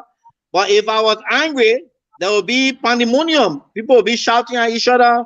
There will be chaos. But we don't have chaos in Liberia because people are happy. He said life expectancy improved during Ellen period from 55 to 63. So if we want to go with his technology, we can give Ellen. So I didn't say it didn't improve. I'm saying that we have increased. But my question. The honor judge, we are life expectancy according to the fact that James give us. It has increased from 63, from 63 to 65. Ellen did it from 55 to 63. Okay. Yes. So what's the issue? That's why I'm still trying to follow. So what's the issue? The issue is Dr. Tenney is telling us the reason why life expectancy is improving because of George Weah in Liberia, because he has created the condition for life expectancy. But Dr. Redison, let me ask a question. If we are crediting, if we are crediting Ellen for raising life expectancy from 55, I'm not crediting Ellen. You're not crediting her. You're saying generally in the world, it happens. It happens. It happens. Number one. Right? Number two, we have to go to the statistics of who's measuring life expectancy in the world, and are they contextualizing Liberia's issue? Okay, I see all these data all the time. So let me ask a question, Dr. Richardson, and maybe you can help me here because this is a learning moment for me, and I'm going to ask, what do you think is being? What will you attribute the rise in life expectancy to in Liberia, both under Ellen and George Weah? What will you attribute it to? That is a brilliant question, Chairman Ben. And I don't think we have been able to contextualize our increase in life expectancy to say this is the reason why, to make a cause and effect relationship. We can make a correlation that life expectancy overall in the world can be correlated to the fact that people are more like global citizens. They talk about eating right. We can contextualize it to sometimes people are talking about the African genes, our genealogy. You don't think there is a correlation between possibly governance? Because let's look at it this way. Let me ask you this question. There's a reason I'm asking you this question. Let's look at it this way. In say South Sudan, right? Say South Sudan, or say one of these war-torn African countries. Or even say Liberia pre-2003, right? Where there was war. Sure. Do you believe that the issue of life expectancy was affected because of the breakdown of the system in the country? There was no, like you said, there was no health care, all of those things. What I'm trying to find out is how do you divorce? And again, this is both Ellen and Weah. I give Ellen her credit. If she took it from 55 to 63, we gave her government a credit. You gave the Unity Party their credit. Because don't you think there's a correlation there between what was happening in the country so for life expectancy to rise? Ben Sammy, you're speaking a great word that you said it's a learning movement, okay? When we look, social scientists, when we teach this stuff, we look at correlation, which means there's a relationship. You can say there's a relationship between good governance. If somebody or war, there's a relationship between war and a decrease in life expectancy. But we cannot say that it's a cause and effect. What Dr. Tenney is saying, he is looking at it as he came and specifically said George Weah caused the increase in life expectancy in Liberia. We cannot say that because we do not know that. We have not done the study to specifically contextualize life expectancy in Liberia and relate it to George Weah good governance. We cannot do that.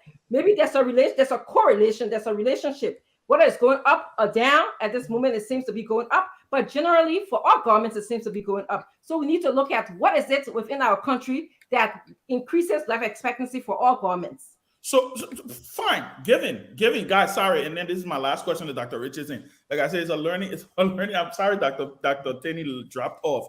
But so you were saying your argument is it is not it's not only attached to a government in power. Correct. You are saying that this is a trend that is happening around the world, based on worldwide, just based on existing realities.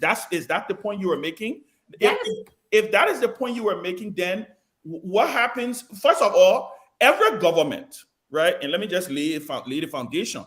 Ellen boasted that she increased life expectancy. There are several of Ellen's State of the Nation addresses. I attended a few of them. She talked about the fact that when she took over, the country was in this place.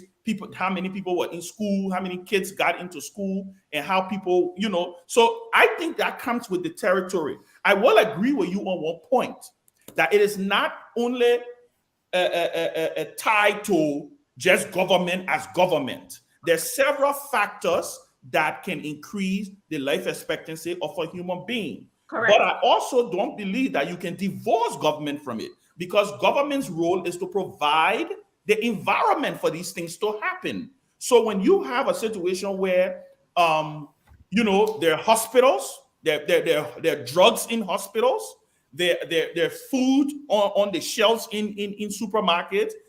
Take example, milk. Right? What about let's even talk about the option of kids. What is the life expectancy of babies? There was a high infant I don't know what the numbers are, and again another infant mortality rate. Why has infant mortality rate has it dropped? Is it static? Has it risen? Those are all of the things that I'm trying to figure out. And I think there is a correlation here between governance and all of these things, because at the end of the day, what government has to do is to provide the environment for these things to happen. But I do agree with you. I think the only reason you hear Dr. Tenney saying George Weah is because we're in a political season. And the other side will also say, because let me just give you this example. If the life expectancy rate had dropped, let's even place it in this argument, and maybe Tommy and George or anybody can jump in here, right? If the life expectancy rate had dropped to, let's say, 40, right? Or let's say 50. And Ellen left it at, let's say when Joe Weah took over, it was at 63, right? And then today, the life expectancy dropped to 50 years old. What do you think the argument is going to be? The argument is going to be that under his watch, people are not likely to live long in Liberia. So I think that's the angle that I was coming from. And I'll be quiet. I was saying to be quiet, okay? His premise on the show was a cause and effect, okay? That George Weah is responsible, his good government is responsible for life expectancy. As a professor, as a social scientist, I will not come on this show. I agree with you on that. I don't think it's not say that because we have not. You're using a good word, Ben Sevi. Yeah. You're using correlation. Until we contextualize, we go and study what is it about George Weah's government that contributed to the life expectancy. We don't have that data, and it surprises me as an economist, as he says, that he does not have that data. It's possible that it's there. Okay, now to make the argument for Ellen, remember that Ellen took over a war-torn country. 250,000 Liberians died. So when you stop war, you stop some people from dying. So when she made those arguments, okay, she could have been speaking from. I'm not. That's what I'm saying. That's a slippery rope. That is slippery slope you coming on. I'm just saying. If George Weah took over from war and he used that argument, he can say, well, I stopped the guns from firing. I stopped people from dying. Dr. Richardson. When you just come here and just say that George Weah's government contributed, then I have a problem with that. There's a correlation and cause and effect. That's business. Maybe get 2 minutes and then thought process. Okay, let me say this. Quiet. Sorry. Let me say this. It's a good exercise, Dr. Richardson. I mean, Ben, there's no way you can divorce government, like you said. No way. The problem is when you call Judge Riyad's name, they don't want to give the credit, but he's the president. But if it was going down, they will say Judge Riyad. You cannot divorce. Even in America, politicians, America, that is the point I'm trying to make. Yes, even the president of America boasts of it. We all know. Dr. Richardson said no.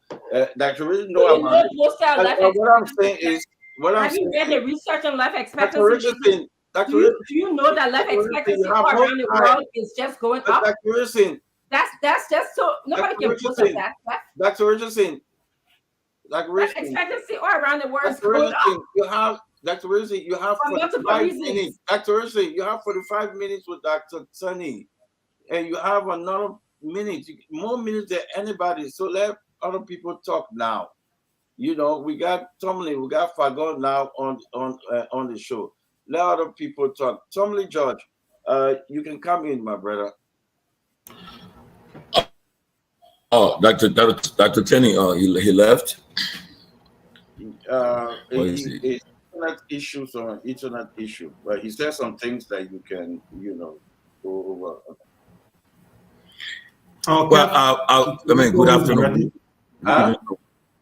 We should call him from studio. Yeah, go ahead. If you can call him, go ahead. Just text me his orange number. The guys in studio will call. I know his numbers.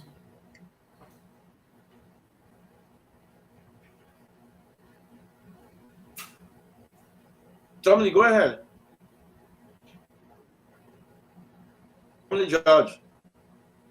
Tommy, can you hear me? You guys can hear me besides Tommy? Can you hear me? Dr. Rizzi, you can hear me, right? I'm hearing you now. Hear me, right? Yeah, but Tommy, go ahead. I think you. Tommy. Okay, since Tommy can hear, Fagon, you can come in. Come in on what? I don't know if you were listening to the show from Dr. Lester Tenney. He spoke on the president's SONA address, and he made his points. I don't know if you were listening to the show. He made a lot of points. He made his points. Okay. That means people like us can make our points too? Well, he is the guest. We're trying to see if we can, because his internet will go in and out, trying to see if we can get it on. But you can say something based on the SONA and based on the trending issue. Well, okay, thank you. Let me first of all say good evening to all of you here. And I'm not surprised of what happened to me at 10 p.m. last night. My fiance came out of the store because she had been advised that you do not stay out until after night. I'm not just saying, are you saying something personal or what? It's not personal. It was an attack. It's political. It's the trending issue right now. If you don't want me to talk about it, you are the moderator. I can excuse you, sir. Yeah, but we don't know exactly what that's for. But you didn't listen and you didn't give me the chance to talk. So that's why I say, if you don't want to hear me out, I can excuse you, sir. We don't need to fuss about it. Go ahead. I just wanted to ask. Maybe you don't want to. You see, if you listen to somebody, then at least you will have an idea of what happened. Okay, go ahead. Last night we were on this show. You had your grounds. I had my grounds. Everybody had their grounds.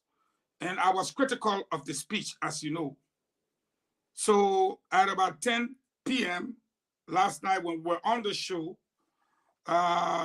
some individuals on motorcycle went on the boulevard and attacked the lady, beat her up, dragged her, took her belongings.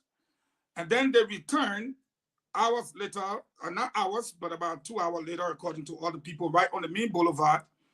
And they brought a truck, the bus opened the wholesale place, and they emptied it into the truck, and they made off, saying that they would teach me a lesson. And I want to state that when I said that the president's speech was too long, number one. And number two, that it was difficult for any Liberian to believe that he had indicted himself so many times, and that some of the issues raised there were fallacies. I meant what I said, because even today they became the talking points of all the radio stations. And this morning, the assistant minister for the Ministry of Finance thought to insult me. He had to be stopped. And I would like to say again, for the benefit of the public out there listening, this harmonization occurred in 2019, Kev. And 5 years down the road, the president said it has come to his attention that people are making 15,000 persons are making below the minimum wage. That is a violation of the Decent Work Act, Kev.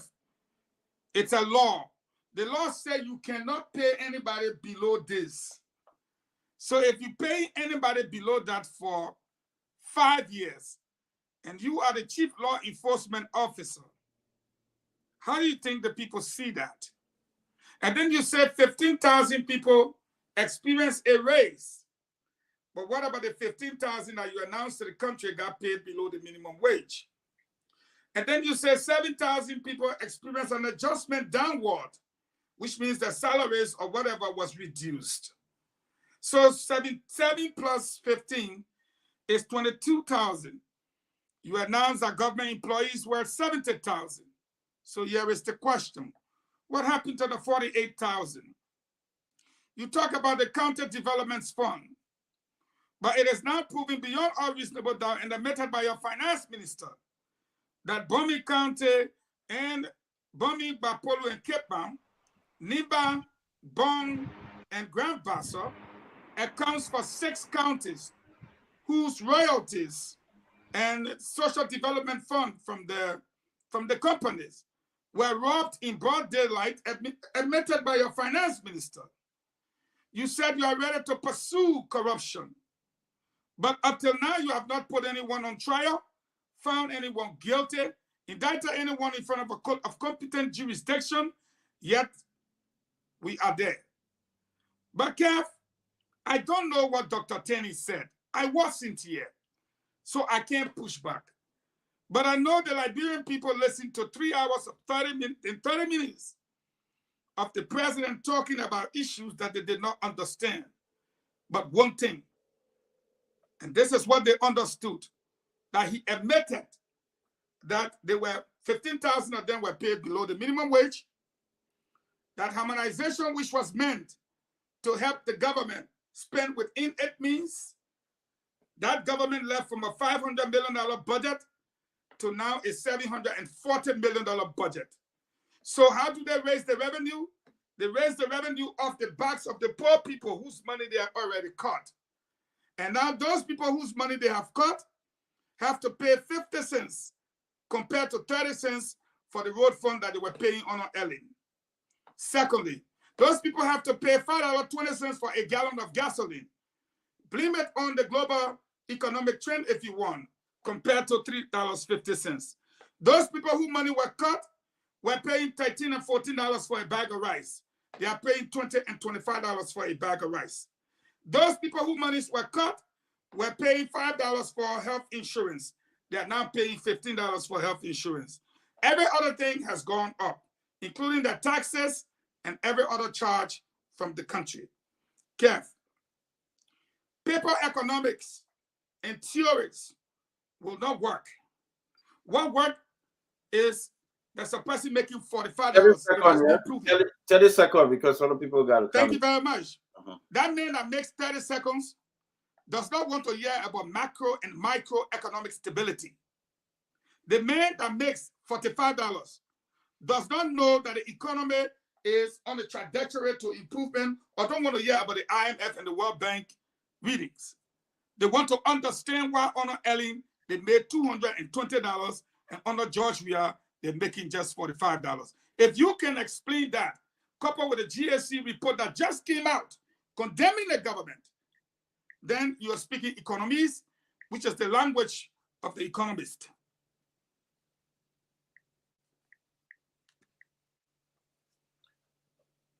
Okay.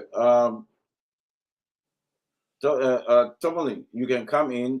Dr. Lester Tenney, welcome back because your line will give you trouble, but you're back. I think Tomlin will have a question for you. So Tomlin, go ahead.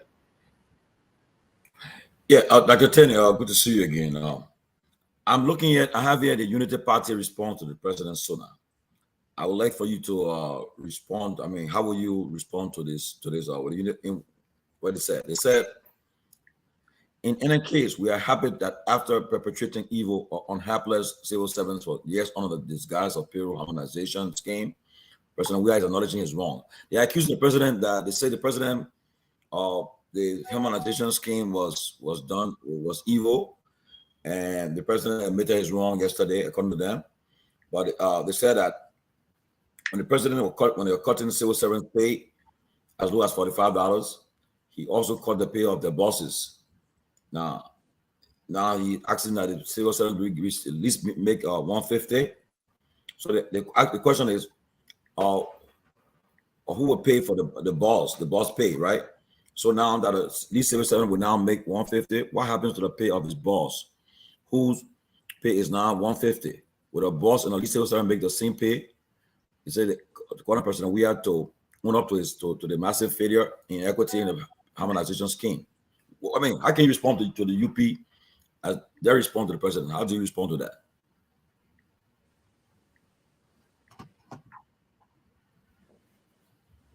You muted.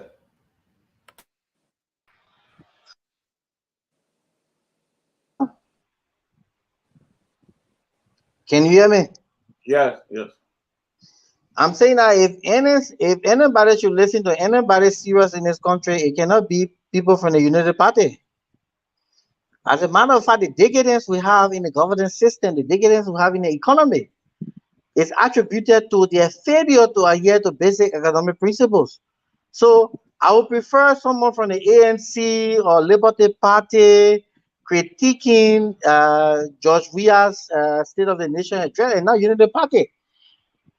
The fact that they are even shameless to talk about corruption beats any sound man's imagination. What do they even understand about the economics of harmonization? What do they understand about the economics of harmonization? When in this country, people were earning $25,000 per month. There were government ministers whose salary had disparities. I'm talking about minister proper. There were inequity in the salary enumeration for minister proper in this country. For those who have close proximity to earning, they determine their own pay. How can my potato packer at the Freeport moreover be earning $23,000 monthly? Being Cassidy, you're earning $28,000 monthly. There were other ministers in government earning $10,000, while other ministers are earning $5,000. So anybody should talk about wage disparity, it cannot be people from the Unity Party, because they will be very hypocritical. I will understand if someone from Cummins' Richmond or Musa Bedete Richmond, but not Unity Party. They do not have any moral ground to speak of any ills in this country, whether it's socio-economic or political ills. Because what we have today is a recipe they concocted 12 years ago. So I would love to hear what the other political party, the other serious political party, have to say, not people from the Unity Party. Because every attempt for them to speak is so annoying. In this country, yet, no car was bankrupted because of the president's son. What did she do? She unilaterally took responsibility. Where were these integrated institutions that she helped created? Today she can talk about audit. $75 million was repatriated from Nokal's account during the chairmanship of her son. She took responsibility. What did she do afterward? She gave each of them $500,000 as severance pay. Imagine. For looting an institution, you were rewarded. You were rewarded. So they do not have any moral ground to speak on any ills in the society. So I do not want to dignify their comment because they don't even understand the economics of harmonization. Look, I will tell you the rationale behind harmonization, right? And the president was right to say that there has been radical departure of macroeconomics fundamentalism. It means that all of the principles that you read in macroeconomics, some of them were discarded. That is a radical intervention. And why were they discarded? Economic principle says that salaries and wages are inflexible downward, meaning that you cannot cut salaries. But within the context of the Liberian macroeconomy, there were gross wage differential. You have people making 12,000, 17,000, and all form of disparities. How do you align? How do you align your wage bill? That did not make sense. You have to rationalize the wage bill. The way to do it is to ensure that people at the lowest echelon of the pyramid, which constitute the majority of the people, be elevated.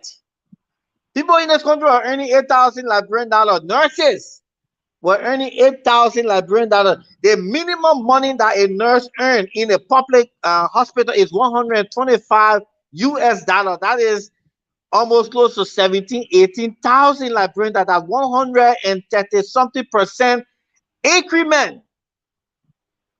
I don't know how they learn the elementary mathematics. You were paying people $8,000 monthly.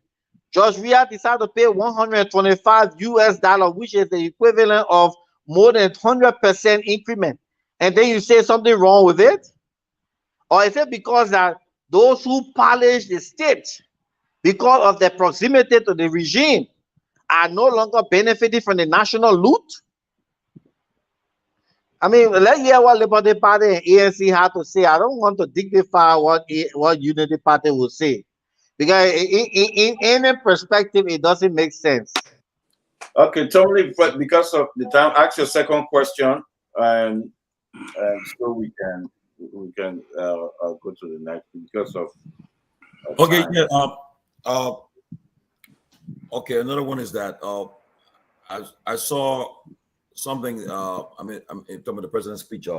Okay, the president he mentioned that he mentioned that civil servants will immediately begin getting the lease will be $150 a month, and he said it will cost $6 million. So the president budget before the legislature. You think there will be? Are you confident that the legislature will include that amount in the budget to increase the civil servants' pay, or they will face with some challenges? So we have something before the legislature called a minimum wage bill, right? A minimum wage bill basically speaks to the fight of decent living through income earning. The minimum wage in Liberia was calculated around 125 to 150 or something close to that figure. President, we are cognizant of the prevailing circumstances that can generate improvement in the well-being of his people. Decided that, look, we need to adhere to principle of good governance. If there is a bill of minimum wage on the floor of the legislature, why now we implement it through executive allocation? So the president is saying that, look, the minimum wage for any civil servant should be 150, consistent with the minimum wage bill. Consistent with the minimum wage bill. And that in itself, taking into consideration the 6.9% inflation in this country. So technically, the take-home pay will be 150 minus $69. It will be like you do the math. So people will still have an appreciable amount to take care of their daily sustenance. And who can do such a thing if that person is not a pro-poor individual? Only someone who comes from the downtrodden will understand the plight of his people to increase their salary despite the competing priorities in this country. What salary increment will not affect Judge Ria, it will affect the ordinary people. And these are the people that voted him into power. We are not suggesting that everything is rosy. No.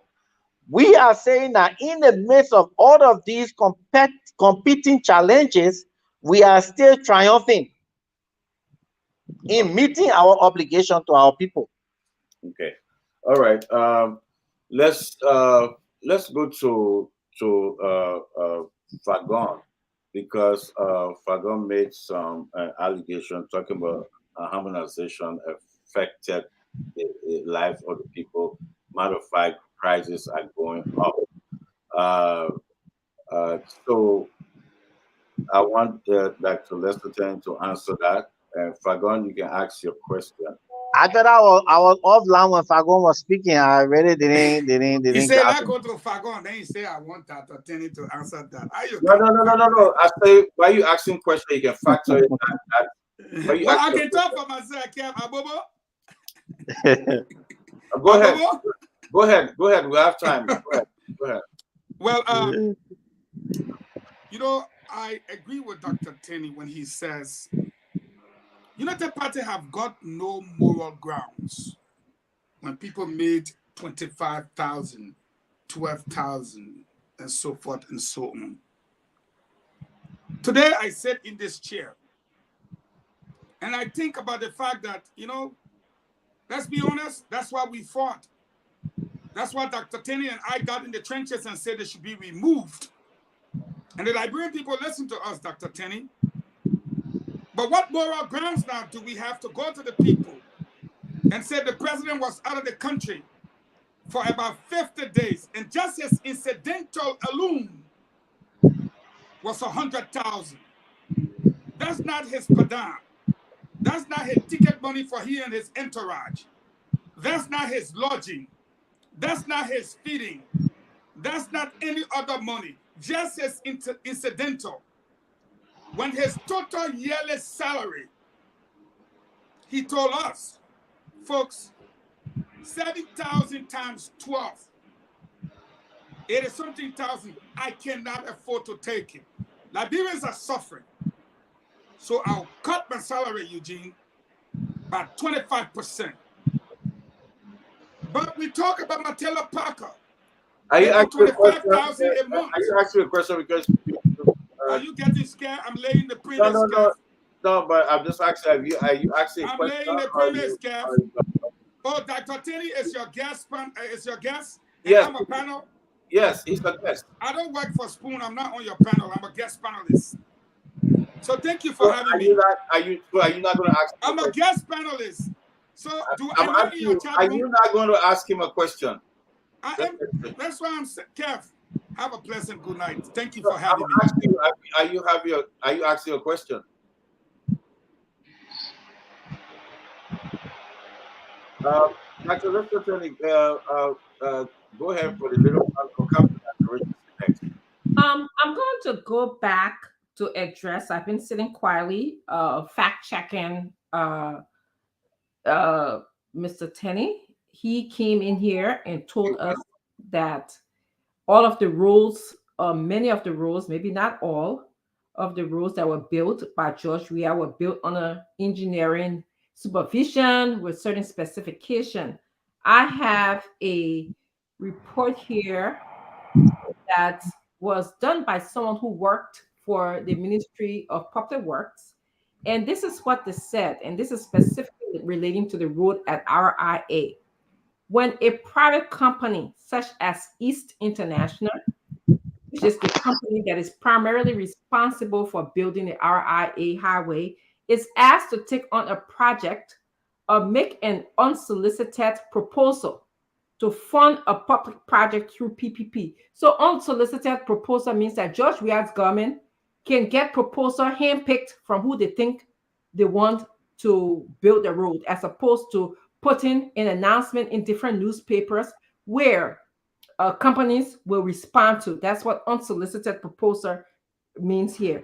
There are established economic and technical studies, as well as administrative and financial documents prepared by the company. So when Mr. Tenney comes here and tells us that there are specific engineering specification that contributes to how George Weah's government built a road. This man at Public Works is telling us that even though there are established economic and technical studies that are usually done, when you go build a road, you do all kinds of studies, as well as administrative and financial documents prepared by the company or investment arm to prove that a project is economically viable, that the company is technically competent to execute their project, and that the administrative procedures, which include the legal processes and access to private capital from a recognized financial institutions, are legitimate. He is saying that George Weah government never did any of those things for the RIA highway. We don't know if the legal process were legitimate. We don't know if they did any study on the road. Yet Mr. Tenney would come here and say that the RIA highway and other roads in Liberia are the only roads that have a drainage system. That's what he said to us before you guys came in. And I'm citing this public work ministry worker who said that these things were never done. So, Dr. Richardson, yes, do you really expect someone of my level of education to just dignify comment by anybody? So you mean I can just go down waterside and somebody will say something, then I respond to that? Everybody under the law is entitled to their views. They're entitled to their freedom of expression. It is guaranteed under our laws. And this is the beauty of our democracy. People are not haunted, they are not dismissed because of their opinions. But what I would expect from someone like you, a professor, is how do you transcribe, how do you translate such an opinion and validate it with facts? It should be evidence-based. So the contract for the RIA rule hovers around 114 million dollars. Do you think million, by the way, 23%? 100? Yes, I'm giving. Yeah, I said hovers. Million, I'm speaking English now. Hovers around, it means within the vicinity. Do you expect that an integrated institution like PPCC, hello, you spoke. Do you think that an integrated institution like PPCC will flaunt all of the procurement processes because of what you call unsolicited what the word you unsolicited what bid? Do you think that is actually the truth? Don't you think that it will be red flag? Don't you think that integrated institution, global integrated institution, will have red flag the process? Do you have any evidence from any integrated institution, a Global Witness, or any other institution that malpractices were involved in the awarding of the contract to East? So I think we should elevate the discussion to a level of science where we employ the scientific method. Do you have how do you expect me to respond to somebody's view? Like Francine tells me that Dr. Tenney is a black person. Then I argue with you, no, I'm not black, I'm bright. I mean, what is the basis for the argument? I cannot respond to a blog. You came on this show to us, okay? Because I gave the evidence. I gave the evidence. Let me talk now. No.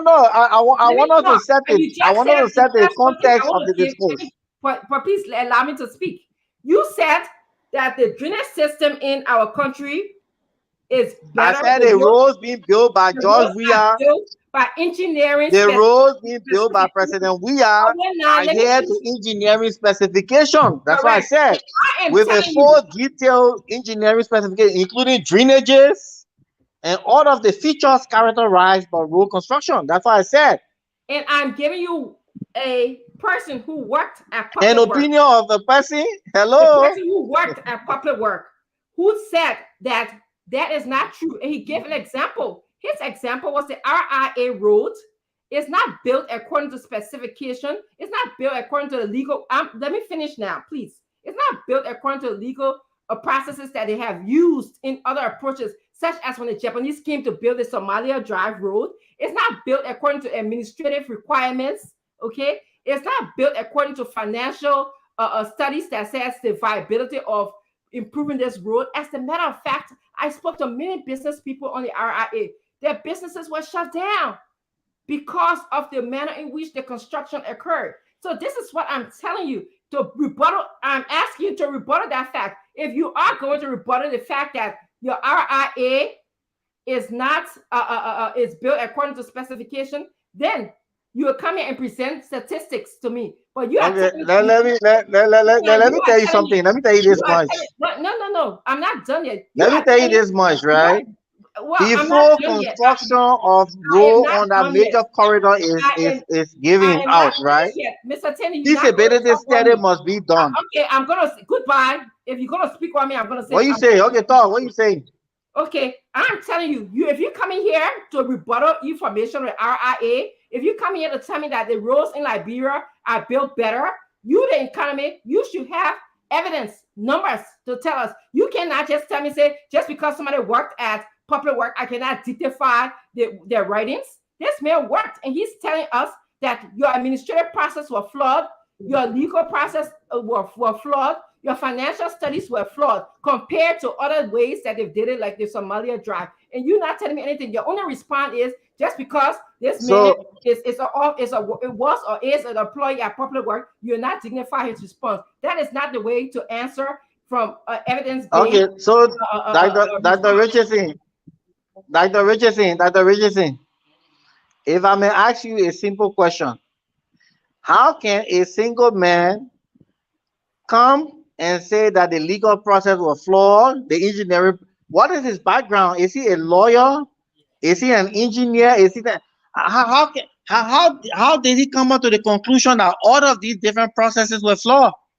I'm gonna tell you his background. It's like you stay in front of your student and make a statement without evidence. The first question that will come to your student mind is, hello? Keep my student and personal attack out of this. Let's take. I'm giving you an example. This is just an illustration.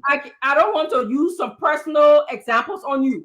Okay, but you are a professor. You are a professor, so you have a very high level of analytical ability. I'm saying that. Thank you very much. You are citing. You are referencing. Let's stick to the substance. You are referencing a man.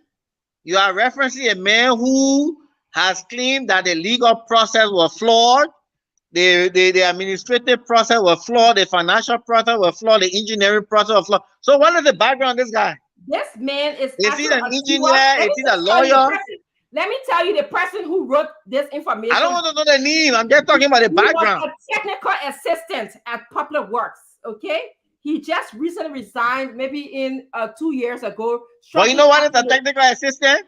Yes, he was a technical assistant is a person, because I was a strategic management specialist at the Ministry of Public Works for over 4 years. A technical assistant is someone who takes the tools of the architect or the engineer to site. So what are you trying to say? They don't even have they don't have expert training, anything. They are basically somehow apprentice. I mean, use that word. They are apprentice. So what? Are you trying to say apprentices don't have the ability to observe that you have not reached a level of expertise? Are you trying to say no? You have a I'm saying that when you have not developed yourself to the level of expertise, you do not have. You cannot render conclusion on the process. But you are you talk about technical assistant. You are here as a doctor. Technical assistant, like an office boy. You have not told us the specification that no, technical assistant is an office boy. And you're expecting me to validate or dignify a comment from an office boy? You call him an office boy? You are just so technical assistant is an office boy. Dr. Richardson, I'm so surprised that you would come here and no. Office boy. That is the work specification. It's an office boy. The expert, the understanding, the observation of somebody by calling them an office boy. Who are you? Technical assistant is an office boy. Who are you to call someone? Dr. Richardson. You just gave me the person work description. You just gave me the person work description. That does not make the person an and I'm telling you, in Liberian parlance, a technical assistant is like an office boy. This is a problem in our country. And you're expecting an office boy to give you conclusion on legal matters? Who are you to call somebody an office boy? Okay, Dr. Richardson, Tommy coming in Don't now. ever do that again. Call somebody an office boy. Dr. Richardson, Tommy coming. Tommy, Wow, this is Yeah, you know. yeah. Yeah, go ahead, Tommy. Kev, I don't know. But Kev, I mean, we got to, the only topic we can move on to another topic. Or, Yeah, you can change it. Yeah, let's go. Guess, Let's go. You asked, yeah. You are on the rebuttal, right? You are on the rebuttal, Tommy, right? I see ya, man. I can't be yeah, on this yeah, show. okay. Dr. Richardson, No, because the way you moderated, the way the show has been moderated is not making sense. But okay, fine, but you have more time than anybody. And I just came for somebody like Dr. Tenney to come and insult another Liberian, calling him an office boy. Dr. Richardson. No, an office boy is not an insult. It is a job description. Dr. Richardson. Office boy is not an insult. It is just a job title. In the past, we used to call we used to refer to environmental people. Now we used to call them janitor, but now we call them environmental assistant in offices. It doesn't mean that they are still not cleaner. They are still cleaner. That's not how you meant it. This is a typical behavior that is. I'm telling you, the word technical assistant is akin to being an office boy. Okay, Dr. Lester. That is my office boy. My office boy is my technical assistant. We call it in administrative assistant. Dr. Lester Tenney, let me ask you. Yes, sir. Let me ask you this. The Unity Party, because I can bring up the ANC rebuttal because there was nothing they said that I could, based on this. But they have nothing to say anyway. Yeah, that I could take and bring it. But Unity Party people were talking about they had the blueprints for all the roads. They had the blueprints.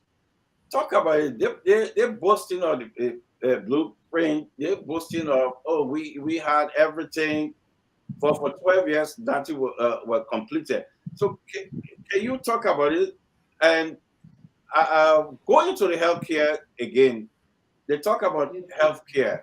They talk about under this government, healthcare is going down. People sitting on the side, not having bed. But we know that a lot of hospitals there will bed. Riverside, Bapulu. So can you talk about what the Unity Party were talking about today? Because it's kind of confusing that they were not there. Well, I don't even need to talk for long. If healthcare was so deplorable, people would be living shorter. Mm-hmm. Your human development index will be dropping. So, I mean, there is a hypocrisy in their own imagination, right? They are hypocritical in their own thinking. How can the healthcare system be deplorable and yet people are living longer? That's a contradiction. Okay. We go get less time. We go get less time. We have in this country. Wait. Let me give you some information, right? Yeah, go ahead. Right. Mm-hmm. The European Union, the American government, the Norwegian, they recognize the energy deficit we had after the war, and energy is a primary necessary condition for any economic growth. It is a fuel that propel economic growth. These people gave over $500 million, $350 million in phase one, so that we as a country can identify energy potential and do investment.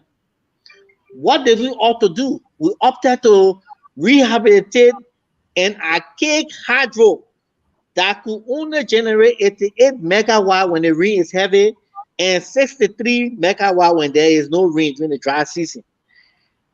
$350 million.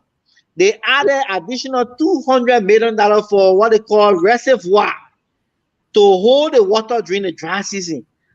What kind of sense is that?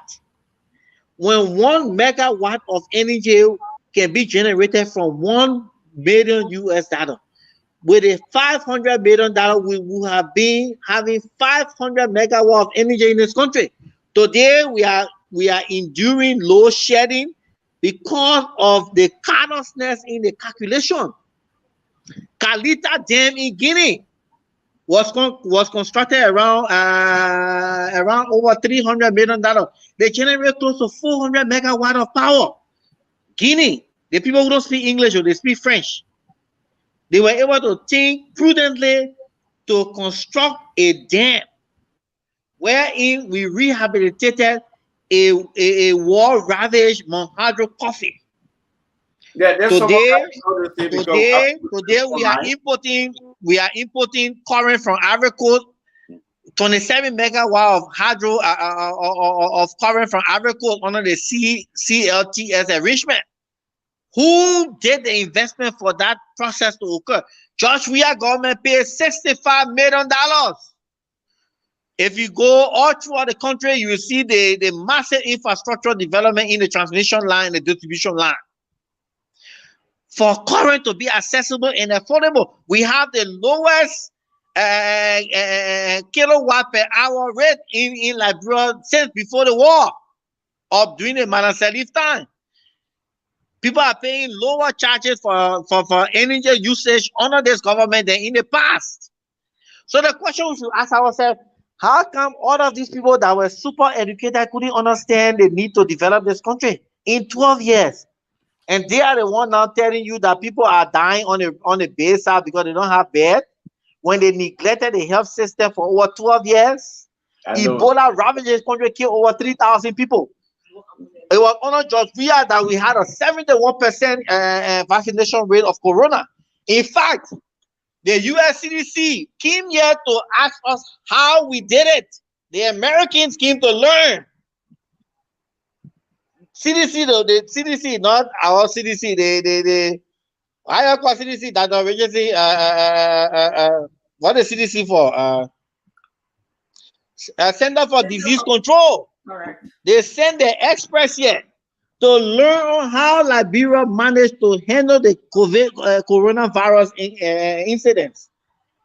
So you see, George Weah is not only a transformer, but he's educating even the people from the West to handle their own country. I think he should even be a global president.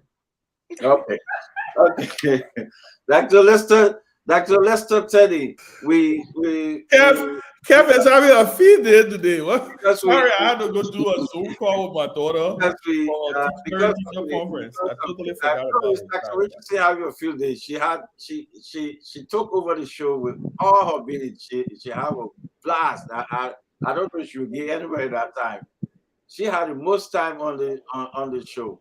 But again, let me say this, Dr. Lester Tenney. We'll go around the honey. We can ask him. But let me ask this question, Dr. Lester Tenney. Based on everything you're saying, if the election happened today, or let's say election October 10th, this president will be the next president. Will you say that? Well, to be honest with you, George Weah need not even register to be in the process. The Liberian people themselves will register him. Oh my God! He does not even need to go in the process. He will be elected even without his presence. So, can I ask Lester a question? Yeah, go ahead, Chairman. Lester, there are folks who are concerned that a few months ago, and I want you to address this, please, because listen, I don't have a problem with you taking a position, and contrary to what people think that because you are part of an organization or you are part of a government, you can't have differences. But I want you to address this. I actually do. And I will say I wish that moving forward, many people in government should be able to muster the courage to do what you did. Because I think you resigned from the government, and you were very vocal a couple of months ago talking about the issues, but you never resigned from your party. In fact, you were threatening that if the president don't do certain things, you're gonna take your party away from him or something like that. I think you said on this very show. But let me ask you a question for those out there who are asking why the sudden change? I mean, just listening to you right now saying that the president shouldn't even register. You know, what is sudden change? I mean, what has changed so much that you have now gotten to the point where you are back in track with everything that this president is doing and this government is doing? I just want to know. You know, usually when you have an ailment, to remedy the ailment, you use medication, right? When you have cancer, you go through several stages of therapy, chemotherapy, or whatever intervention. Mm-hmm. When you are successful in relieving the cancer, you now become a fully functional person.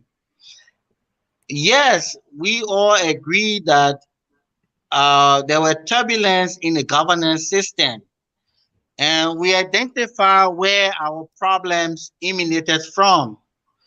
We were bold enough to stand up against our own government, tell our government that, look, the way we are proceeding somehow is distorting the platform we came on. Fortunately, we have adjusted. We have reenacted the base. We have removed the ailment. And when you remove the ailment, you become well. So everything is well because there's no more ailment. When you are sick and you treat the sickness, you become well. So we have treated our sickness, and we are well. We are well and moving to the election with a robust tenacity to win. We will. I mean, I don't want to discuss the issue of the election or the issue of whether it is not part of our calculation. Our calculation is how to intensify our infrastructure intervention in this country to transform the life of our people. We are not worried about election because election is a thing of the past. We have won the election even before the election comes.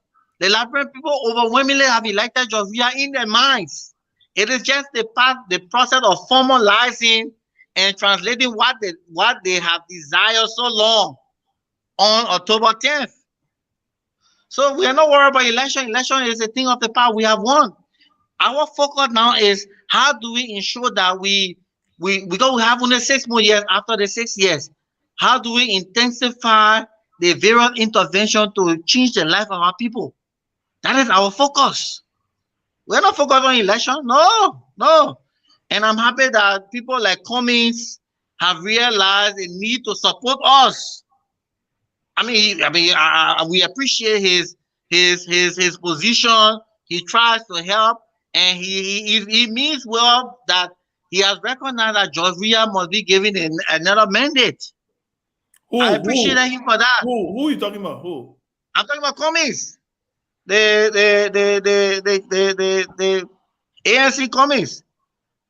When you know Cummings say President, we actually get a second thing. You call Cummings. But it's obvious. Just watch between now and April, May. Just watch.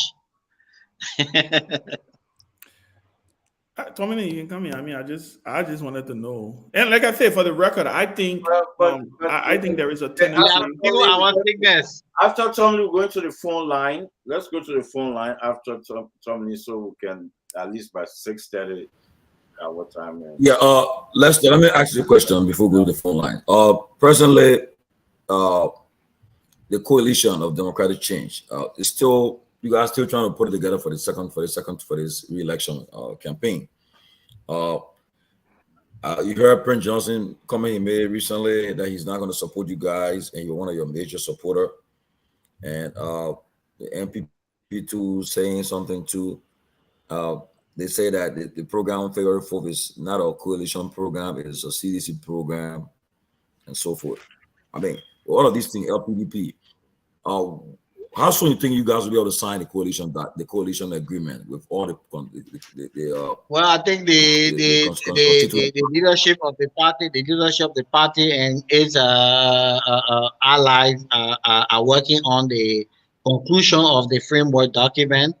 As you are aware, this is election year, and more is at stake.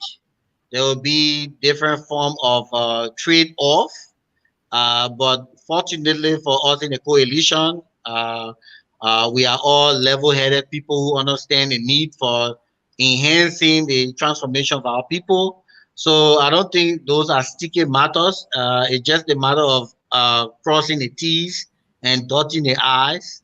But we are on course relative to Senator Johnson.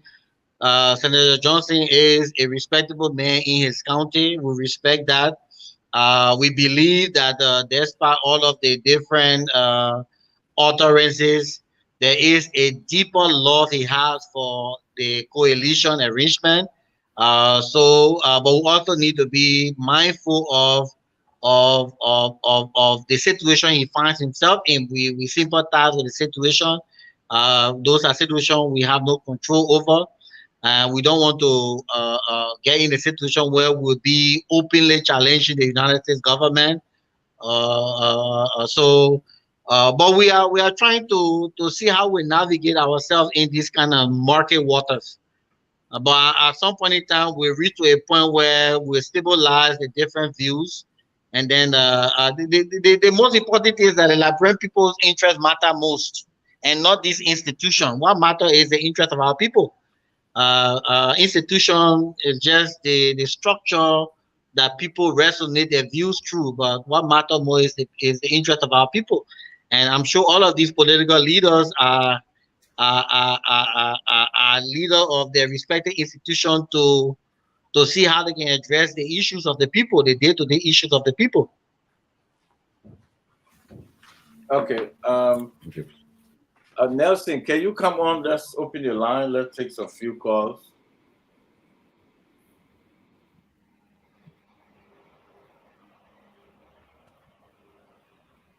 Yeah, open the line. Let's take some few calls. The calls will be based on this matters that we're discussing, purely based on this matter that we're discussing. Okay, folks out there, you can make your contributions tonight by calling 0777-77-1075 or 0555-101075. Let's take our first call here. Good evening. Yeah, good evening, sir. Okay, go ahead. You're live. Oh, this is Uncle Kanu from Yama to be specific with you. Okay, go ahead, sir. Well, the student girl, I want to say thank you. Your analysis, I look at it keenly, but in wrong direction. Because people, if you take statistics in Liberia here, people say they will put joy whereby, I don't think so. Thank you. Every houses you go there, they are crying. So that analysis is Thank you very much. Thank you very much for your contribution. Hello, you live. Hello? Yeah, go ahead. You're live. I'm Justin Roland calling from 9th Street. Okay, go ahead. Okay, one will believe that people analyze said about that Lester Tenney is a very serious man. He's telling you that, think about everything that the president doing is all right. If that is the case, he's telling us that it's better to be about to. Thank you. Let's leave there and take this person. Hello, you're live. Yeah, am I on network? Yeah, go ahead. You're live. Yeah, Yeah, but you're live on the radio. Go ahead, sir. I try to partake on his phone talk show. Hello? Yes, sir. You're live. Go ahead. You're on the radio. I want to make some clarification as to what Dr. Tenney said. Yeah, please say your name and where you're calling from. Yeah, I work at the Ministry of Public Works. The position of a technical assistant is equivalent to an assistant position. Thank you. Thank you very much. Hello. Good evening. Good evening. Hello, you just coming on. Hello, are you there? Good evening. Good evening. Hello, you just coming. Okay. Nelson, I got somebody.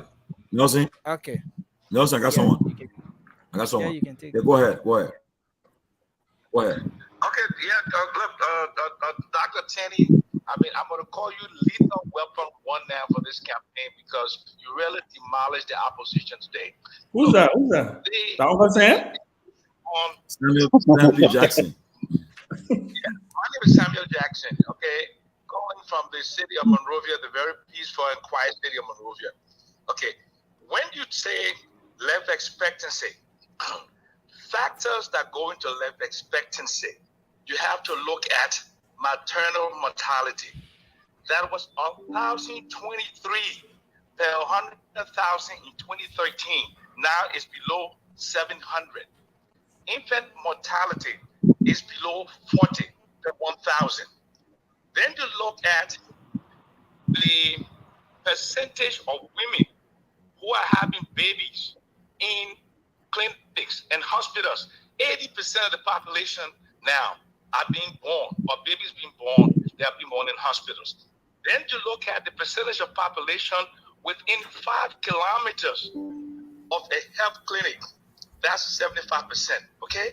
Now, let's look at the comparator countries. If you say Liberia is so deplorable, things are so bad, and there's a disintegration of our healthcare system, how come Liberia has the highest life expectancy in the Mala River Union against countries like La Cote d'Ivoire with better infrastructure and have had a more sustained peace than we do? Guinea, 61. La Cote d'Ivoire, 59%. 59 years. Liberia, 64 years. Go to the World Development Indicators. I hear people there quoting mega trends. Anything with a .com is not an established authority to tell you about health statistics. Okay? World Development Indicators, the United Nations Human Development Report, that shows that Liberia was about one of 10% of countries in the world that saw, despite COVID, an increase in the Human Development Index. That's the statistic. This is not psychology. This is not logic. This is not anything but purely the statistic. Okay. Liberia has the highest life expectancy in the Mala River Union, close case, and compared to our comparator countries, we are living longer, we are healthier, we eat better. That is the conversation. Thank you very much. Okay, so we can take this person. Hello? Yeah, hello. Helena calling from Brazil. Yeah, go ahead. Let's see today. You just feel relax. Well, you said I'm coming for you.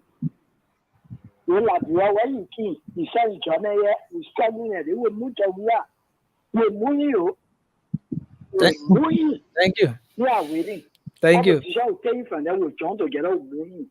Thank you. So when you relax and get somebody there, wherever Hello? Hello? Bye-bye. Thank you. Hello? You're live. Yeah. Good evening. Yes, sir. Go ahead. I'm Sherry from Salah District, Lobong County. Okay, let's hear you. Okay. My today has to do with the SONA that was done by the president, where he said he was just that some of the civil servants still have been caught. There's a clear deception, and we as civil servants, we are willingly resolved to put against him. He already tried to say no more. Thank you all so much. Thank you for your contribution. Hello? You live? Hello? Hello? Yeah, good evening. Go ahead. Yes, I'm Evening Jackson Boy. I'm joining my peaceful community GSA Brazil. Okay, go ahead. Okay. President George Manuel have already been re-elected. We're only waiting for 2023 to inaugurate. Because for one fact, any country that is undeveloped, you always find economic crisis. SONA man, because of couple of rest, will be saying a whole lot of things. They may have done a lot for the 5 years. They are saying about a 5 year more than well, I can say the former president 12 years. So Josh, we have already been Thank you. elected. Thank you. Thank you very much for your contribution. Hello. Good evening. Yeah, go ahead. To follow what I was calling from here. Go ahead. Yes. As I listened to Dr. Tenney, he said that the people have been resolved to vote on President Ria for 2023. I think it's a big myth. If Dr. Tenney knew what the people are going through, he will sit in studio and say that. Okay. The hard time is too much. Thank you. Good evening. Hello. Go ahead. Good evening. Good evening. Yeah, go ahead. You're live. Thank you very much for picking my call. My name is Mohammed M. Sharif Jr. and I call you from a Kawa resident. Let's hear you, Mohammed. Okay, thank you very much. You know, Dr. Lester Tenney has taken the same exact posture of the president when he was doing his recitation at the Capitol building. You know, Dr. Lester Tenney is right to say that Liberia is better because we saw people who never had anything in Liberia accumulating wealth overnight and owning properties. We saw people building mansions for the dead. We saw people washing their cars with champagne. And, you know, so if you are talking about the economy is better, it is for people that Dr. Lester Tenney and those that are in his circle. The economy is better for them because they can take care of their needs. But not for me and the people who are like me, who can barely afford a full square meal a day. Okay. It's not for people like me who, you know, instead of having a 111, we go sometimes 001 or 100 or 010. I hope you understand that. Thank you very much. I'm telling Thank you you. that October 10, 2023 will be the day we displace the person that we employ. Thank you. 2017. Thank you very much. Let's take this person. Hello. Good evening, Nelson. Yeah, hello. You live. Nelson, this is David King. Let me say good evening to Sam and that of Dr. Tenney. A revolutionary salutation to you, Dr. Tenney. You see, I don't know what our people call people suffering. You know, let us be practical here. If you are building a house, I don't think you'll go to the market and send your wife there, tell her to go and buy 10 pounds of cow meat to eat. The 10 pounds of cow meat, you'll reduce by buying bone because you are building your house. After building your house, you cannot start to eat the cow meat. And this is what's happening in Liberia. The people think that Liberia is so bad, people are going to bed with hunger. No, these are things that the politicians will say to turn the people back. But those that have eyes to see, those that know reality, they Thank you. Last time I was told to drive from Monrovia, a little car, a little sedan, as far as Secretary. That couldn't happen in the last 12 years. Thank you very much, David King.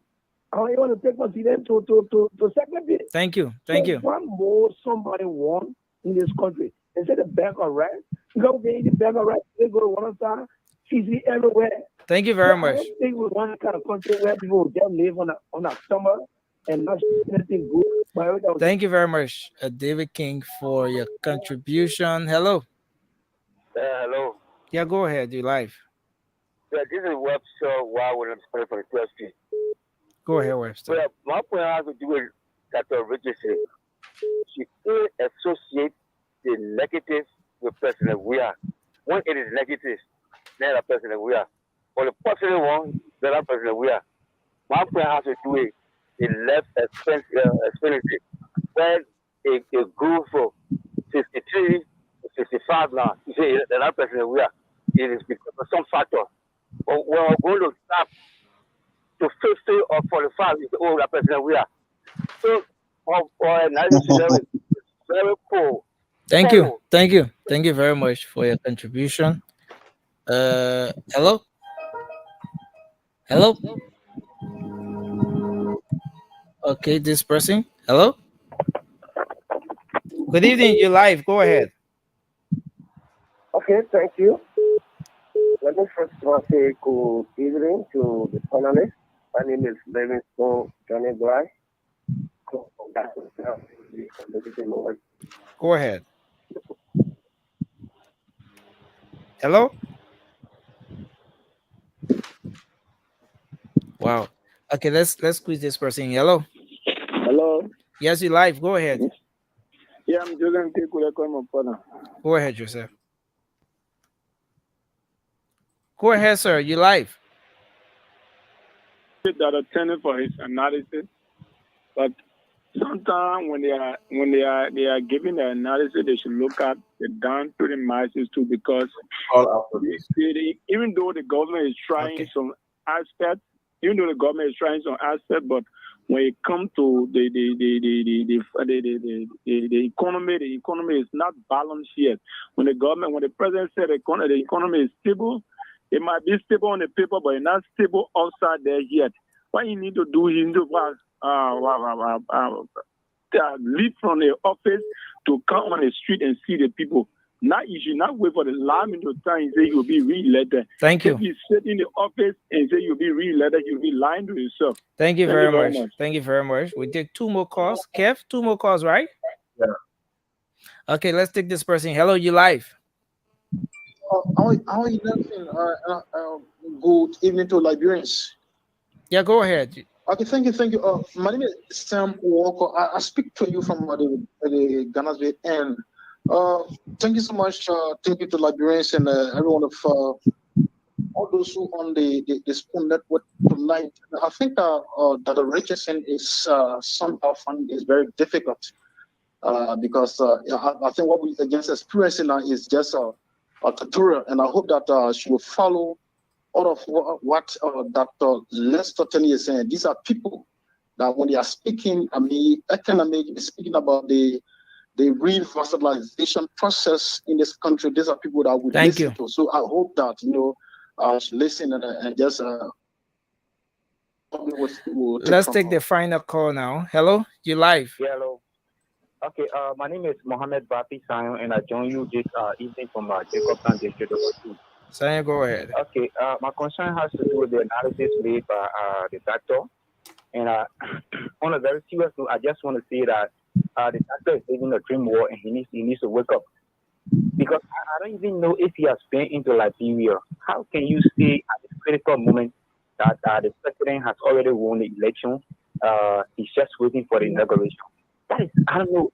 I don't know. Thank you. I have a caller here. Yeah, Dr. Richard, you can. Go ahead, caller. Good evening, everyone. This is Theola. Dr. Tenney, the way you behaved today on this show, seriously, I was really disappointed in you as a friend. You were very denigrating. You were very unprofessional. You were very insulting. You don't talk to people that way.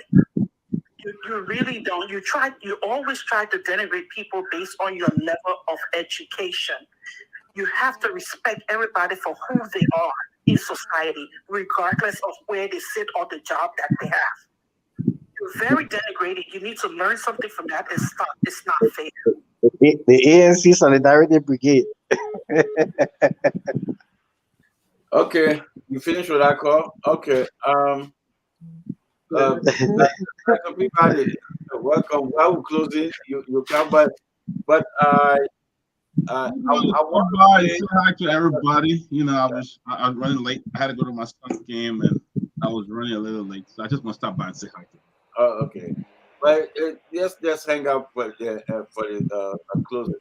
I want to play one tape. We'll use that, and then we'll do our closing. Dr. Lesterton, I want you to listen to that, and everybody. James, can you put it up?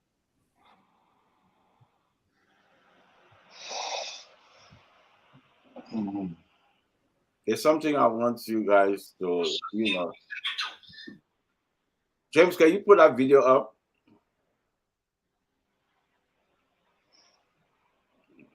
You get it ready, you put it up. I wanted to listen to, because over here in America, there's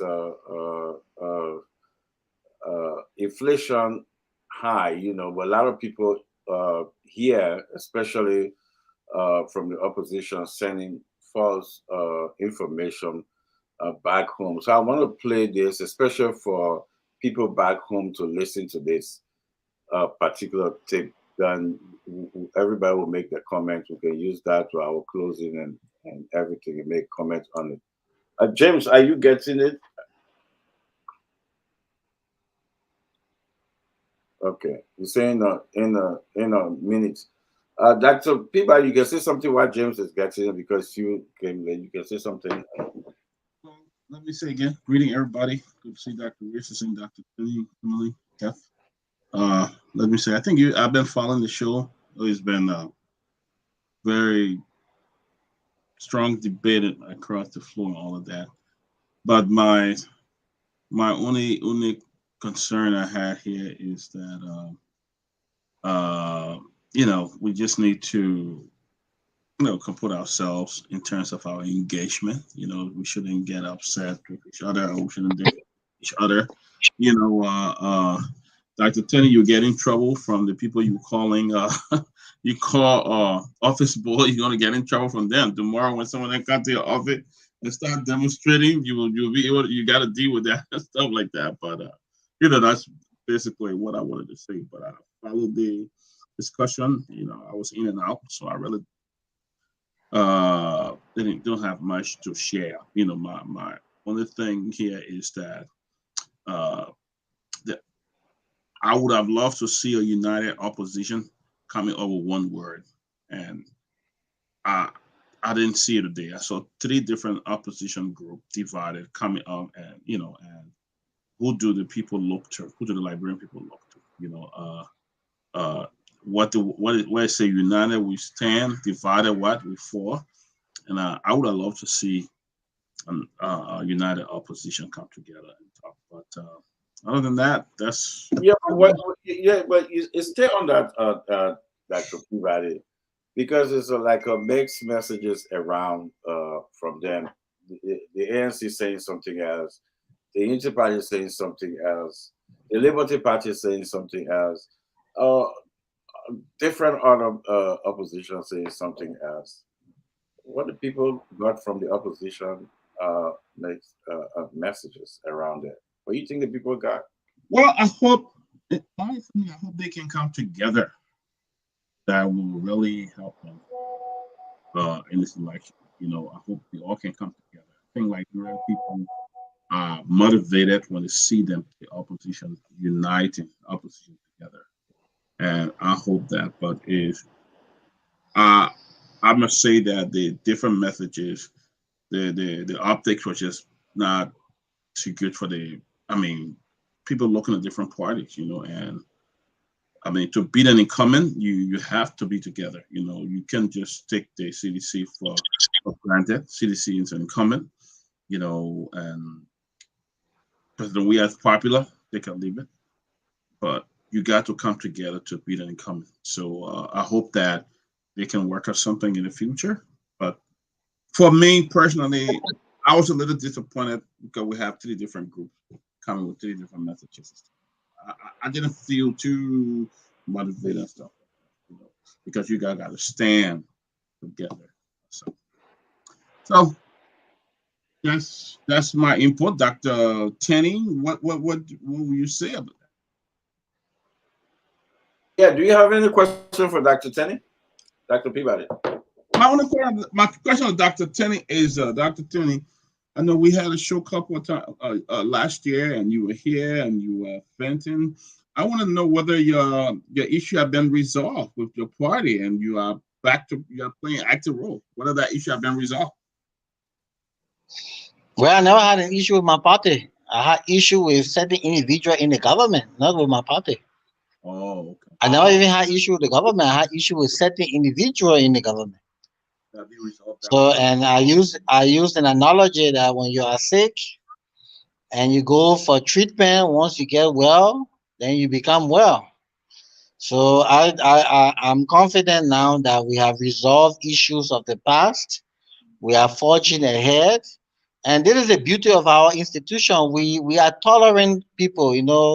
We accommodate diversities. We're not a party that stereotype people based on their opinion. No, you are independent. We are a party of independent minded people. Imagine I was in government and I used to criticize the very government I was in. I was never fired by President Weah because he's a tolerant president and he accommodates different views. So that is the beauty of our institution. If our in unity party government dare now criticize Ellen, I will be fired the next day, in fact, the same day. But we have a president who understands the terrain, understands the thinking of our people, and of course, we are forging ahead. And relative to the unity of opposition, look, there can be no unity in the opposition camp. The reason for that is that they are heterogeneous in characteristics.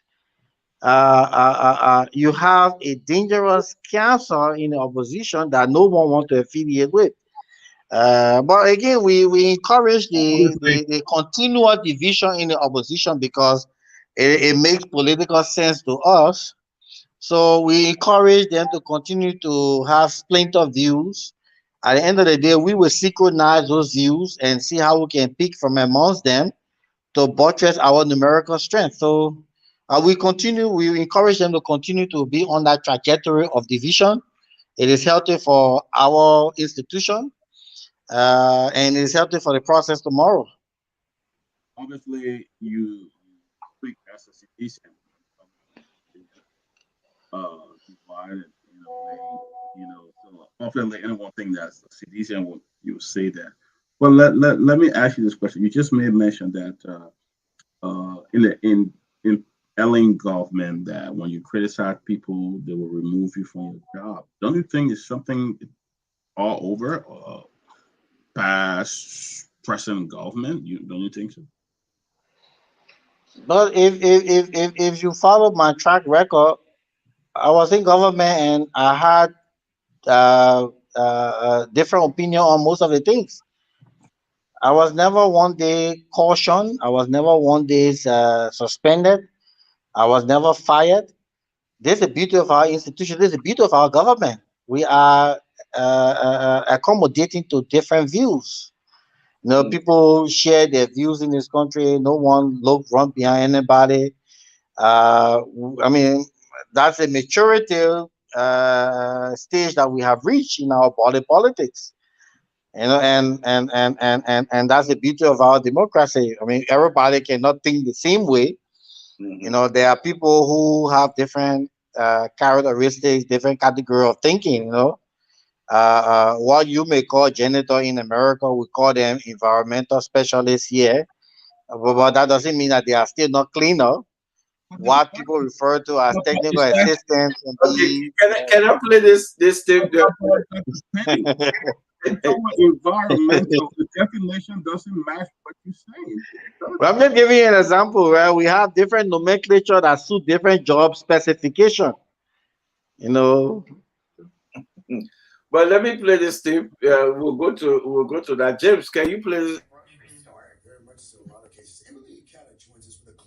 Volume, James. Guys,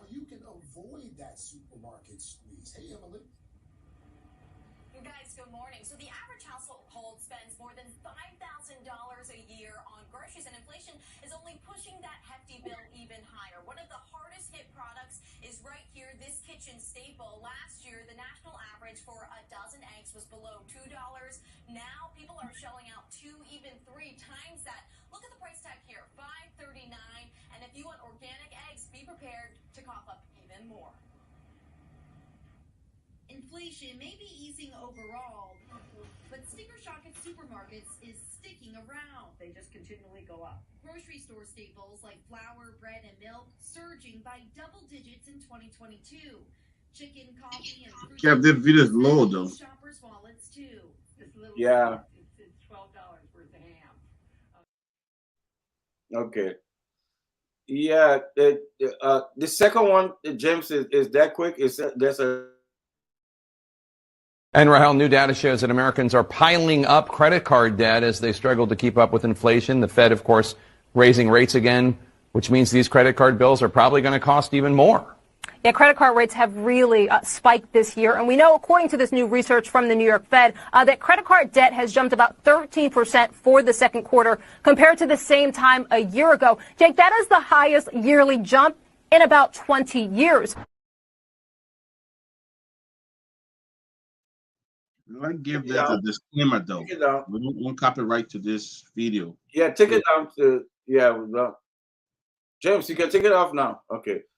The reason I play this tape, Dr. Tenney and others, because folks over here sending message to our people back home that rising cost of basic need is only happening because of bad government, saying everything. But we in America, you in Liberia, Dr. Tenney, but we in America feeling the pinch. And the reason I'm playing that because folks here are hiding the truth from our people. So can you talk about what you just witnessed, Dr. Tenney, and see some of the misinformation they're telling our people? Why here things are going up? So the economics is clear. There is a global turbulence in the global economy, and some of the factors responsible can be attributed to the conflict in Europe, specifically the Russia-Ukrainian conflict. We call that the politics of linkage. Changes in one environment. I'm sorry. Let's use that as your closing so we can close. I'm sorry. Yeah, so when you have a destabilization in a major economy, in two of the major economies in the world, obviously it tends to have a ripple effect on other economies. Economy called that contagion. Changes in one environment tend to affect other environments that are linked to those environments. So, but fortunately for us, we have been able to manage, despite the different global shocks, we have been able to manage our economy to an extent that the impact of the shock is not as devastating as compared to powerful economies like the U.S., for example. I think that's my parting statement. Okay, so let's start with you guys. You tell me you want to go first, Dr. Peabody, and then Dr. Richardson. Yeah. Let me go. Well, the president delivered his state of his last and the 6 State of the Nation address yesterday. In this term, he's seeking another 6-year term, and the opposition parties today responded, and I would say this: they with long responses they gave today, and we see in America when the president gave his State of the Nation address, the so too. You don't see the long response. They don't respond to everything that was said, but some summarizing and gave up a synopsis of what was said. But opposition, I can tell you something. I know you won't like it, but what I saw this morning when the president met with Angel Michael and others having that breakfast, look, that's how you win elections. Let me tell you guys. He came down to the level. These people have followers, and he engaged with them. You're talking about it. He said he is Daniel. The 3 Hebrew boys are his friends, and we're talking. I mean, sometimes people will laugh at it and say, "Oh, make fun of it," but just that alone, I've seen that video this morning. I've seen over. I mean, I see thousands of reviews already. People are catching to it. Okay, President Taylor did the same thing. He came down to the level of the people.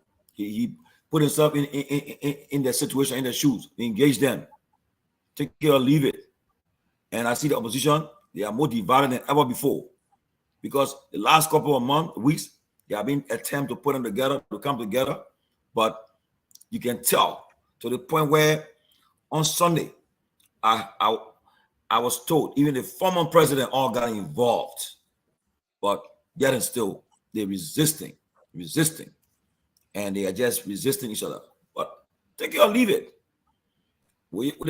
First of all, the way they responded this morning, today, one gave a different speech, long. If they take it for a joke, they can be making that talk, but the man is incumbent. He's an incumbent. He's in office. He has a bullet puppet. He's about to go on the county, and you can laugh at him all the way, make fun of him, but he will go to the people. While opposition attacking each other. I mean, as they're going, instead of going together, they're attacking each other, having confusion among themselves. This man is going. They have the power of the purse. They will do everything to win election. Okay, they're gonna go for it because they have everything on the table. No one want to be a president for one term. You want to go with everything you have, and he's gonna put everything available to him to win election. Opposition, you guys are divided, and it's dangerous for you guys who seeking to unseat him. You can go on Facebook and say what you want to say and do stuff, but this man is moving. He's sending people all over the country, and take it or leave it. Criticize him, but what he did this morning, that video, I'm telling you, it means a lot. He talked to the guys that the guys are all familiar. They were making fun and eating together. Okay, and he will do more. You'll see him going against the Zogos and other people. Why we keep on there be bashing him and attacking him, going forward and calling him a one-time president, but I think we're making no effort to see how we're going to do it. All I can say, you guys are playing. The election is 250 some more days remaining, and you guys still are not even formed to say you got a ticket yet. Okay, how the ticket will look, we don't know. But President we got his ticket on February 4th. He's gonna get renominated by his party, and they're gonna shut down the city of Monrovia again. I mean, it's so what happened yesterday. People can say what they want to say, but for what I'm seeing, the opposition from what I've learned the last couple of weeks, they are divided more than ever before. They are very divided. It's not good. They are divided. Good. What we say, we get information by the letter. So they are divided. They have their own pressing egos and thing. And all they do, they attack and make noise on Facebook. But wasting the time, though. Time is not in your favor. President, we are on, he's moving, and you guys wasting time. And I just want to say that you guys get it act together, or else you guys will have a rude awakening. Come in October 10. Thank you, guys. Dr. Peabody. Again, I apologize for coming late, so I didn't follow everything on the show today. But like Tony have said, I want to just buttress some of the things that Tony have said. I'm just honestly the different political parties. I asked myself today when I was listening to the different response. I asked myself what went wrong. About a year and a half ago, you guys were all together speaking with one language. 2 years ago, you won major midterm in Liberia. In fact, you won a tsunami, and we saw new senators and representatives coming up. And the Liberian people look to you guys and say, yes, we are on our way. We have the right group. And just within 5 months, everything turned around for the worse. You ended in court, went against each other. Today, we have 3 people speaking. Who would the Liberian people look to? Who would Liberian people turn to in a time like this? And what I can say, don't take it lightly. I mean, President, we are still remains popular. He's still popular. He's still bring himself down to the people level that don't get up to him. And I would say to the opposition, it's not late. You can put your act together. It's not late, but it's not just what your supporter expected to see. At the end of the day, the Liberian poor make a decision. And that's all I got to say. Thank you. Dr. Richardson? Oh, what a show. I want to start off by saying to my viewers and to many of you who listen to me, I'm actually not being emotional when I speak. It's just my nature of speaking. So I see that many people come here and say that I'm emotional, but sometimes I wonder if it's from male perspectives or women who have been socialized to think when women speak, they are speaking in an emotional way. I'm passionate, yes, about issues relating to Liberia. I'm passionate when someone like Dr. Tenney comes here and lie to Liberians, and lie about the conditions in Liberia. It bothers me because I know that Liberians are suffering. I've been there on multiple occasions. I've seen how people are living in Liberia. He came here, the first lie that he told was the roads are better in Liberia. They are being built by engineering specification. That's the word that he used. Okay, there are, and we know that that is not true. When I actually questioned him and brought up a road that is a death trap in Liberia, like the RIA road, he referred to name calling. Okay, this is what they do. Someone like Lester Tenney, that's what he does. He calls someone an office boy. You know, the thing that is usually done in Liberia, instead of using the diversity and the strengths of everybody in Liberia, we rather downplay them. We rather demean them and act condescending just because he is part of a party that put him in a position of being a professor at a state-run university. We don't know. I've never asked Mr. Tenney here, Dr. Tenney here, how he got his professorship. I never even asked that because I was sticking to the substance, the issue of the matter here.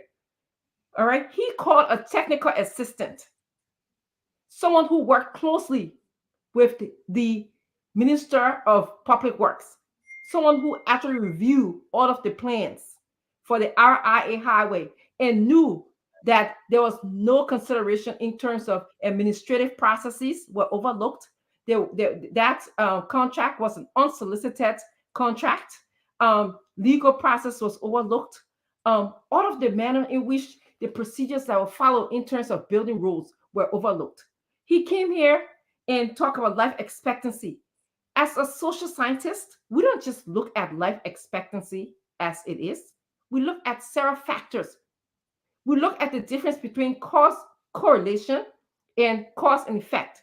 He came here and saying because of George Weah, life expectancy in the country have improved. When we looked at it, we saw that life expectancy did improve under Ellen's regime. Okay, life expectancy improved under George Weah from 62 from 63 to 65. All right, in 2 years term, if you want to use 2 years of life expectancy, but we're not going to even argue that trend because I don't argue that way. I talk about the correlation until we contextualize what is it about George Weah's governance policy that contributes to life expectancy. Then I'll be able to speak further on that as an educated person. All right. And then of course we have someone like Sam Jackson comes on here and say, "Oh, life expectancy, is blah blah blah blah blah blah blah." Which I don't even want to repeat what he said. For a learned person, not to consider that life expectancy is not a cause and effect issue, but it's a generalized issue. It's a correlation. It just blows me away. He came here and talked about wages. My only thing I can say about wages, when you harmonize pay and you're still giving wages to high wages to people, you're still giving more money to the office of the president, the office of the pro tem, the office of the deputy speakers, then you are just putting yourself in a deeper hole. You're not serious about improving the lives of Liberian people by saying I'm harmonizing pay just to make sure that everybody gets paid in our country, but yet instead you're giving more people in the government more money. Then he talked about inflation. We cannot compare, inflation rate to inflation rate in America. In America, at least we know that the people are working. They can afford to buy food, sometimes even though the price of food goes up very high. In fact, newsflash, the price of eggs is going up high because of the bird flu. That is very rare that happens in the world. So when we come here and compare to the price of egg is so high in the United States, they've been documented that there was a bird flu pandemic that happened. And that's what caused the price of egg to go up high. But I'm going to put that aside, and I want to deal with the fact that, at least in Liberia, when you talk about inflation, Liberian people, they're not being paid. Our economy are not bringing in money. The people don't have jobs. They wish to have jobs, as Mr. Cummings says. Okay? So we cannot compare the status and the working condition of people in the United States with people in Liberia. And then when you're going to use inflation, let's contextualize the inflation. If you say inflation are low and it is not impacting the lives of the people, that is the question. How are we measuring inflation? Are we saying that what data are we using in our country to measure inflation? Are we going to go by IMF because that's what IMF says? So we got to be very careful. And this is the shortfall of our country when we have these so-called professors or men with PhD holders coming onto our show. We need to ask more questions. How are we contextualizing what they are saying to the Liberian people? Because we cannot come here and just throw data at the people. So lastly, I want to say that let's use some of the words that Mr. Cummings said. He made some promises to us Liberians on his speech. I'm going to go back to the speech. Mr. Cummings said he will stop the stealing and the lack of accountability in our government. When we start to deal with corruption, we saw the corruption perception index came out today, the CPI. Liberia dropped. We are now more corrupt. Okay, there was no improvement by 6 points. We dropped. All right. So Mr. Cummings is responding to that. He said that we will stop corruption, the stealing in the country, so that when you do that, you give when you talk about improving the lives of people, you give everybody a fair chance to live. There will be punishment for corruption. People will not just get away. There will be punishment for corruption. And then he also said that we're going to have a diverse country. We'll unite all Liberians. We're not going to call people office boys. We're not going to downplay or degrade women like how Lester Tenney did to Salifua Gray at Nokal. He called her incompetent and other names because she disagreed with him. We are not going to do that. We're going to unite. We're going to use the diversity and strength that we have in our country to make everybody contribution work well. There's not going to be office boy. I was just very upset by somebody thinking that they're better than somebody, call somebody office boy. We know what that means in Liberia. And this is the government that comes here and tell us like, oh, I care for my people. Liberia is at heart. You are part of a party. And then you call in somebody an office boy. On that note, I would say that I'm done. Thank you, Dr. Richardson. I just when your last statement, something just hit me when one of the ANC, matter of fact, the chief of staff to Mr. Cummings said on the show that it's because of Spoon. That's why he's sitting with me on the platform. Where she said those things, I never saw the anger to say, why are you saying this thing to Kev? When she said that the Liberian people lack understanding to make informed decision, I never saw that kind of anger. So selective anger, the people don't buy that. But what I can say is that are we attacking panelists on the show now? So I can respond to you too. No, I'm not attacking. I would just say the okay, because you're telling me you didn't see my reaction. I was not talking to you. I was talking to our guests. I was responding to our guests. No, I would just try to have a balance thing because guys, can I finish? when we are let on me, the show, our guests come and call people names. okay, Sometimes I don't let me, attend to it, but I let was me, attending to my guest who called somebody an office boy on I our just show. thought I So should now let you come to tell me that you did not see this kind of reaction from me. okay, Dr. Richardson, let me You owe me an apology, by the way. let me close, Dr. Richardson. Quick, you're right, Tomlin, the time. Let me close on this. Let me talk to our people. When we talk about a certain thing, let me make it simple. When you're living long in a country, meaning that we talk about healthcare, you talk about you have food, you talk about different things make you to live longer, that you get access to some basic needs. It doesn't mean that you are there, but you're not, the glass is not half empty, rather it's half full. So we're not going to say because it's a trend. If you lack those basic things, you're not going to be part of that trend. Let's take, for example, because of the war, it was 55%. If not, the war will not be 55% because Liberia was good. That's a fact.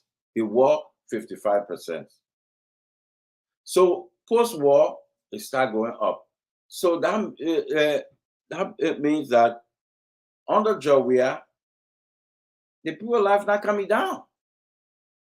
It going up. And then you have to give it to the president. You have to give it to the policy of the president. Why he puts it there, make it possible. Meaning that a 60-year-old man who's sick in Bapulu will no longer try to come to JFK because he can have medical facility in Bapulu, in Riverside. So you see, a life will be long because he have access to a medical facility. Oxygen. If you need oxygen in Liberia, you have it there. We never had it. If you need dialysis, we have it there.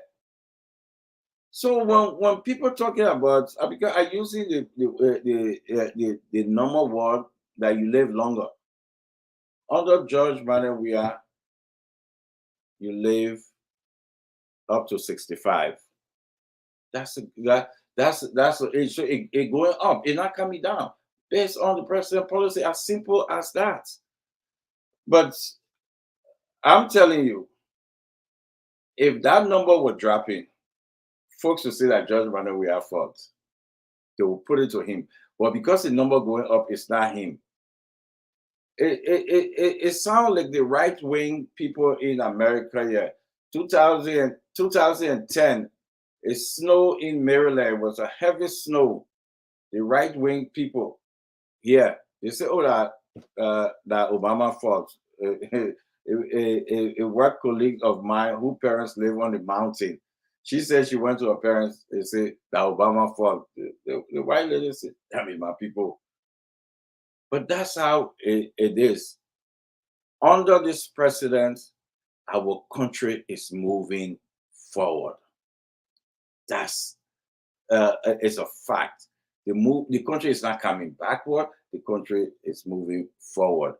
But again, the work of some lazy opposition is to mislead the people. Give them. You imagine that Unity Party is talking about hospital, life, the people. You imagine? They see the people, something wrong with them. Well, the people will come out. And when the people come out, we will know that Liberians are smart people. They know.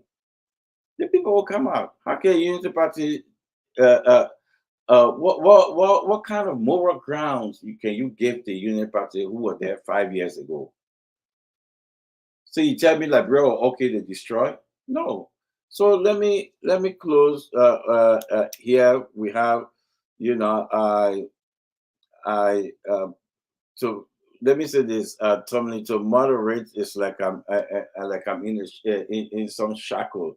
Dr. Richardson have a field day to deal with the time, But Dr. Lester Tenney, he came with a bulldozer.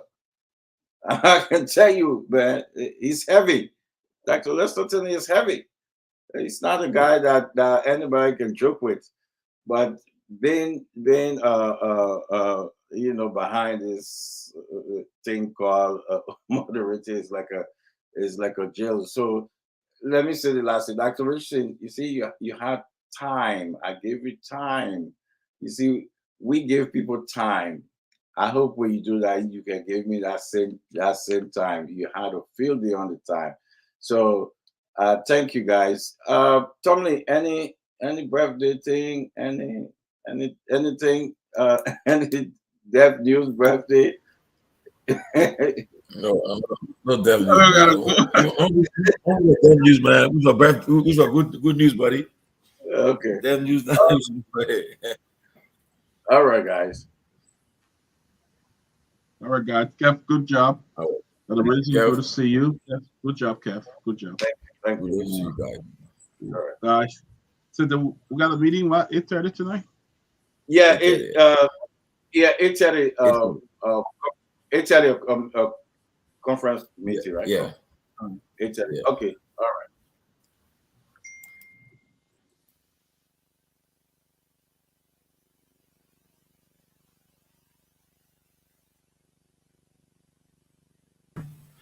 All right, folks.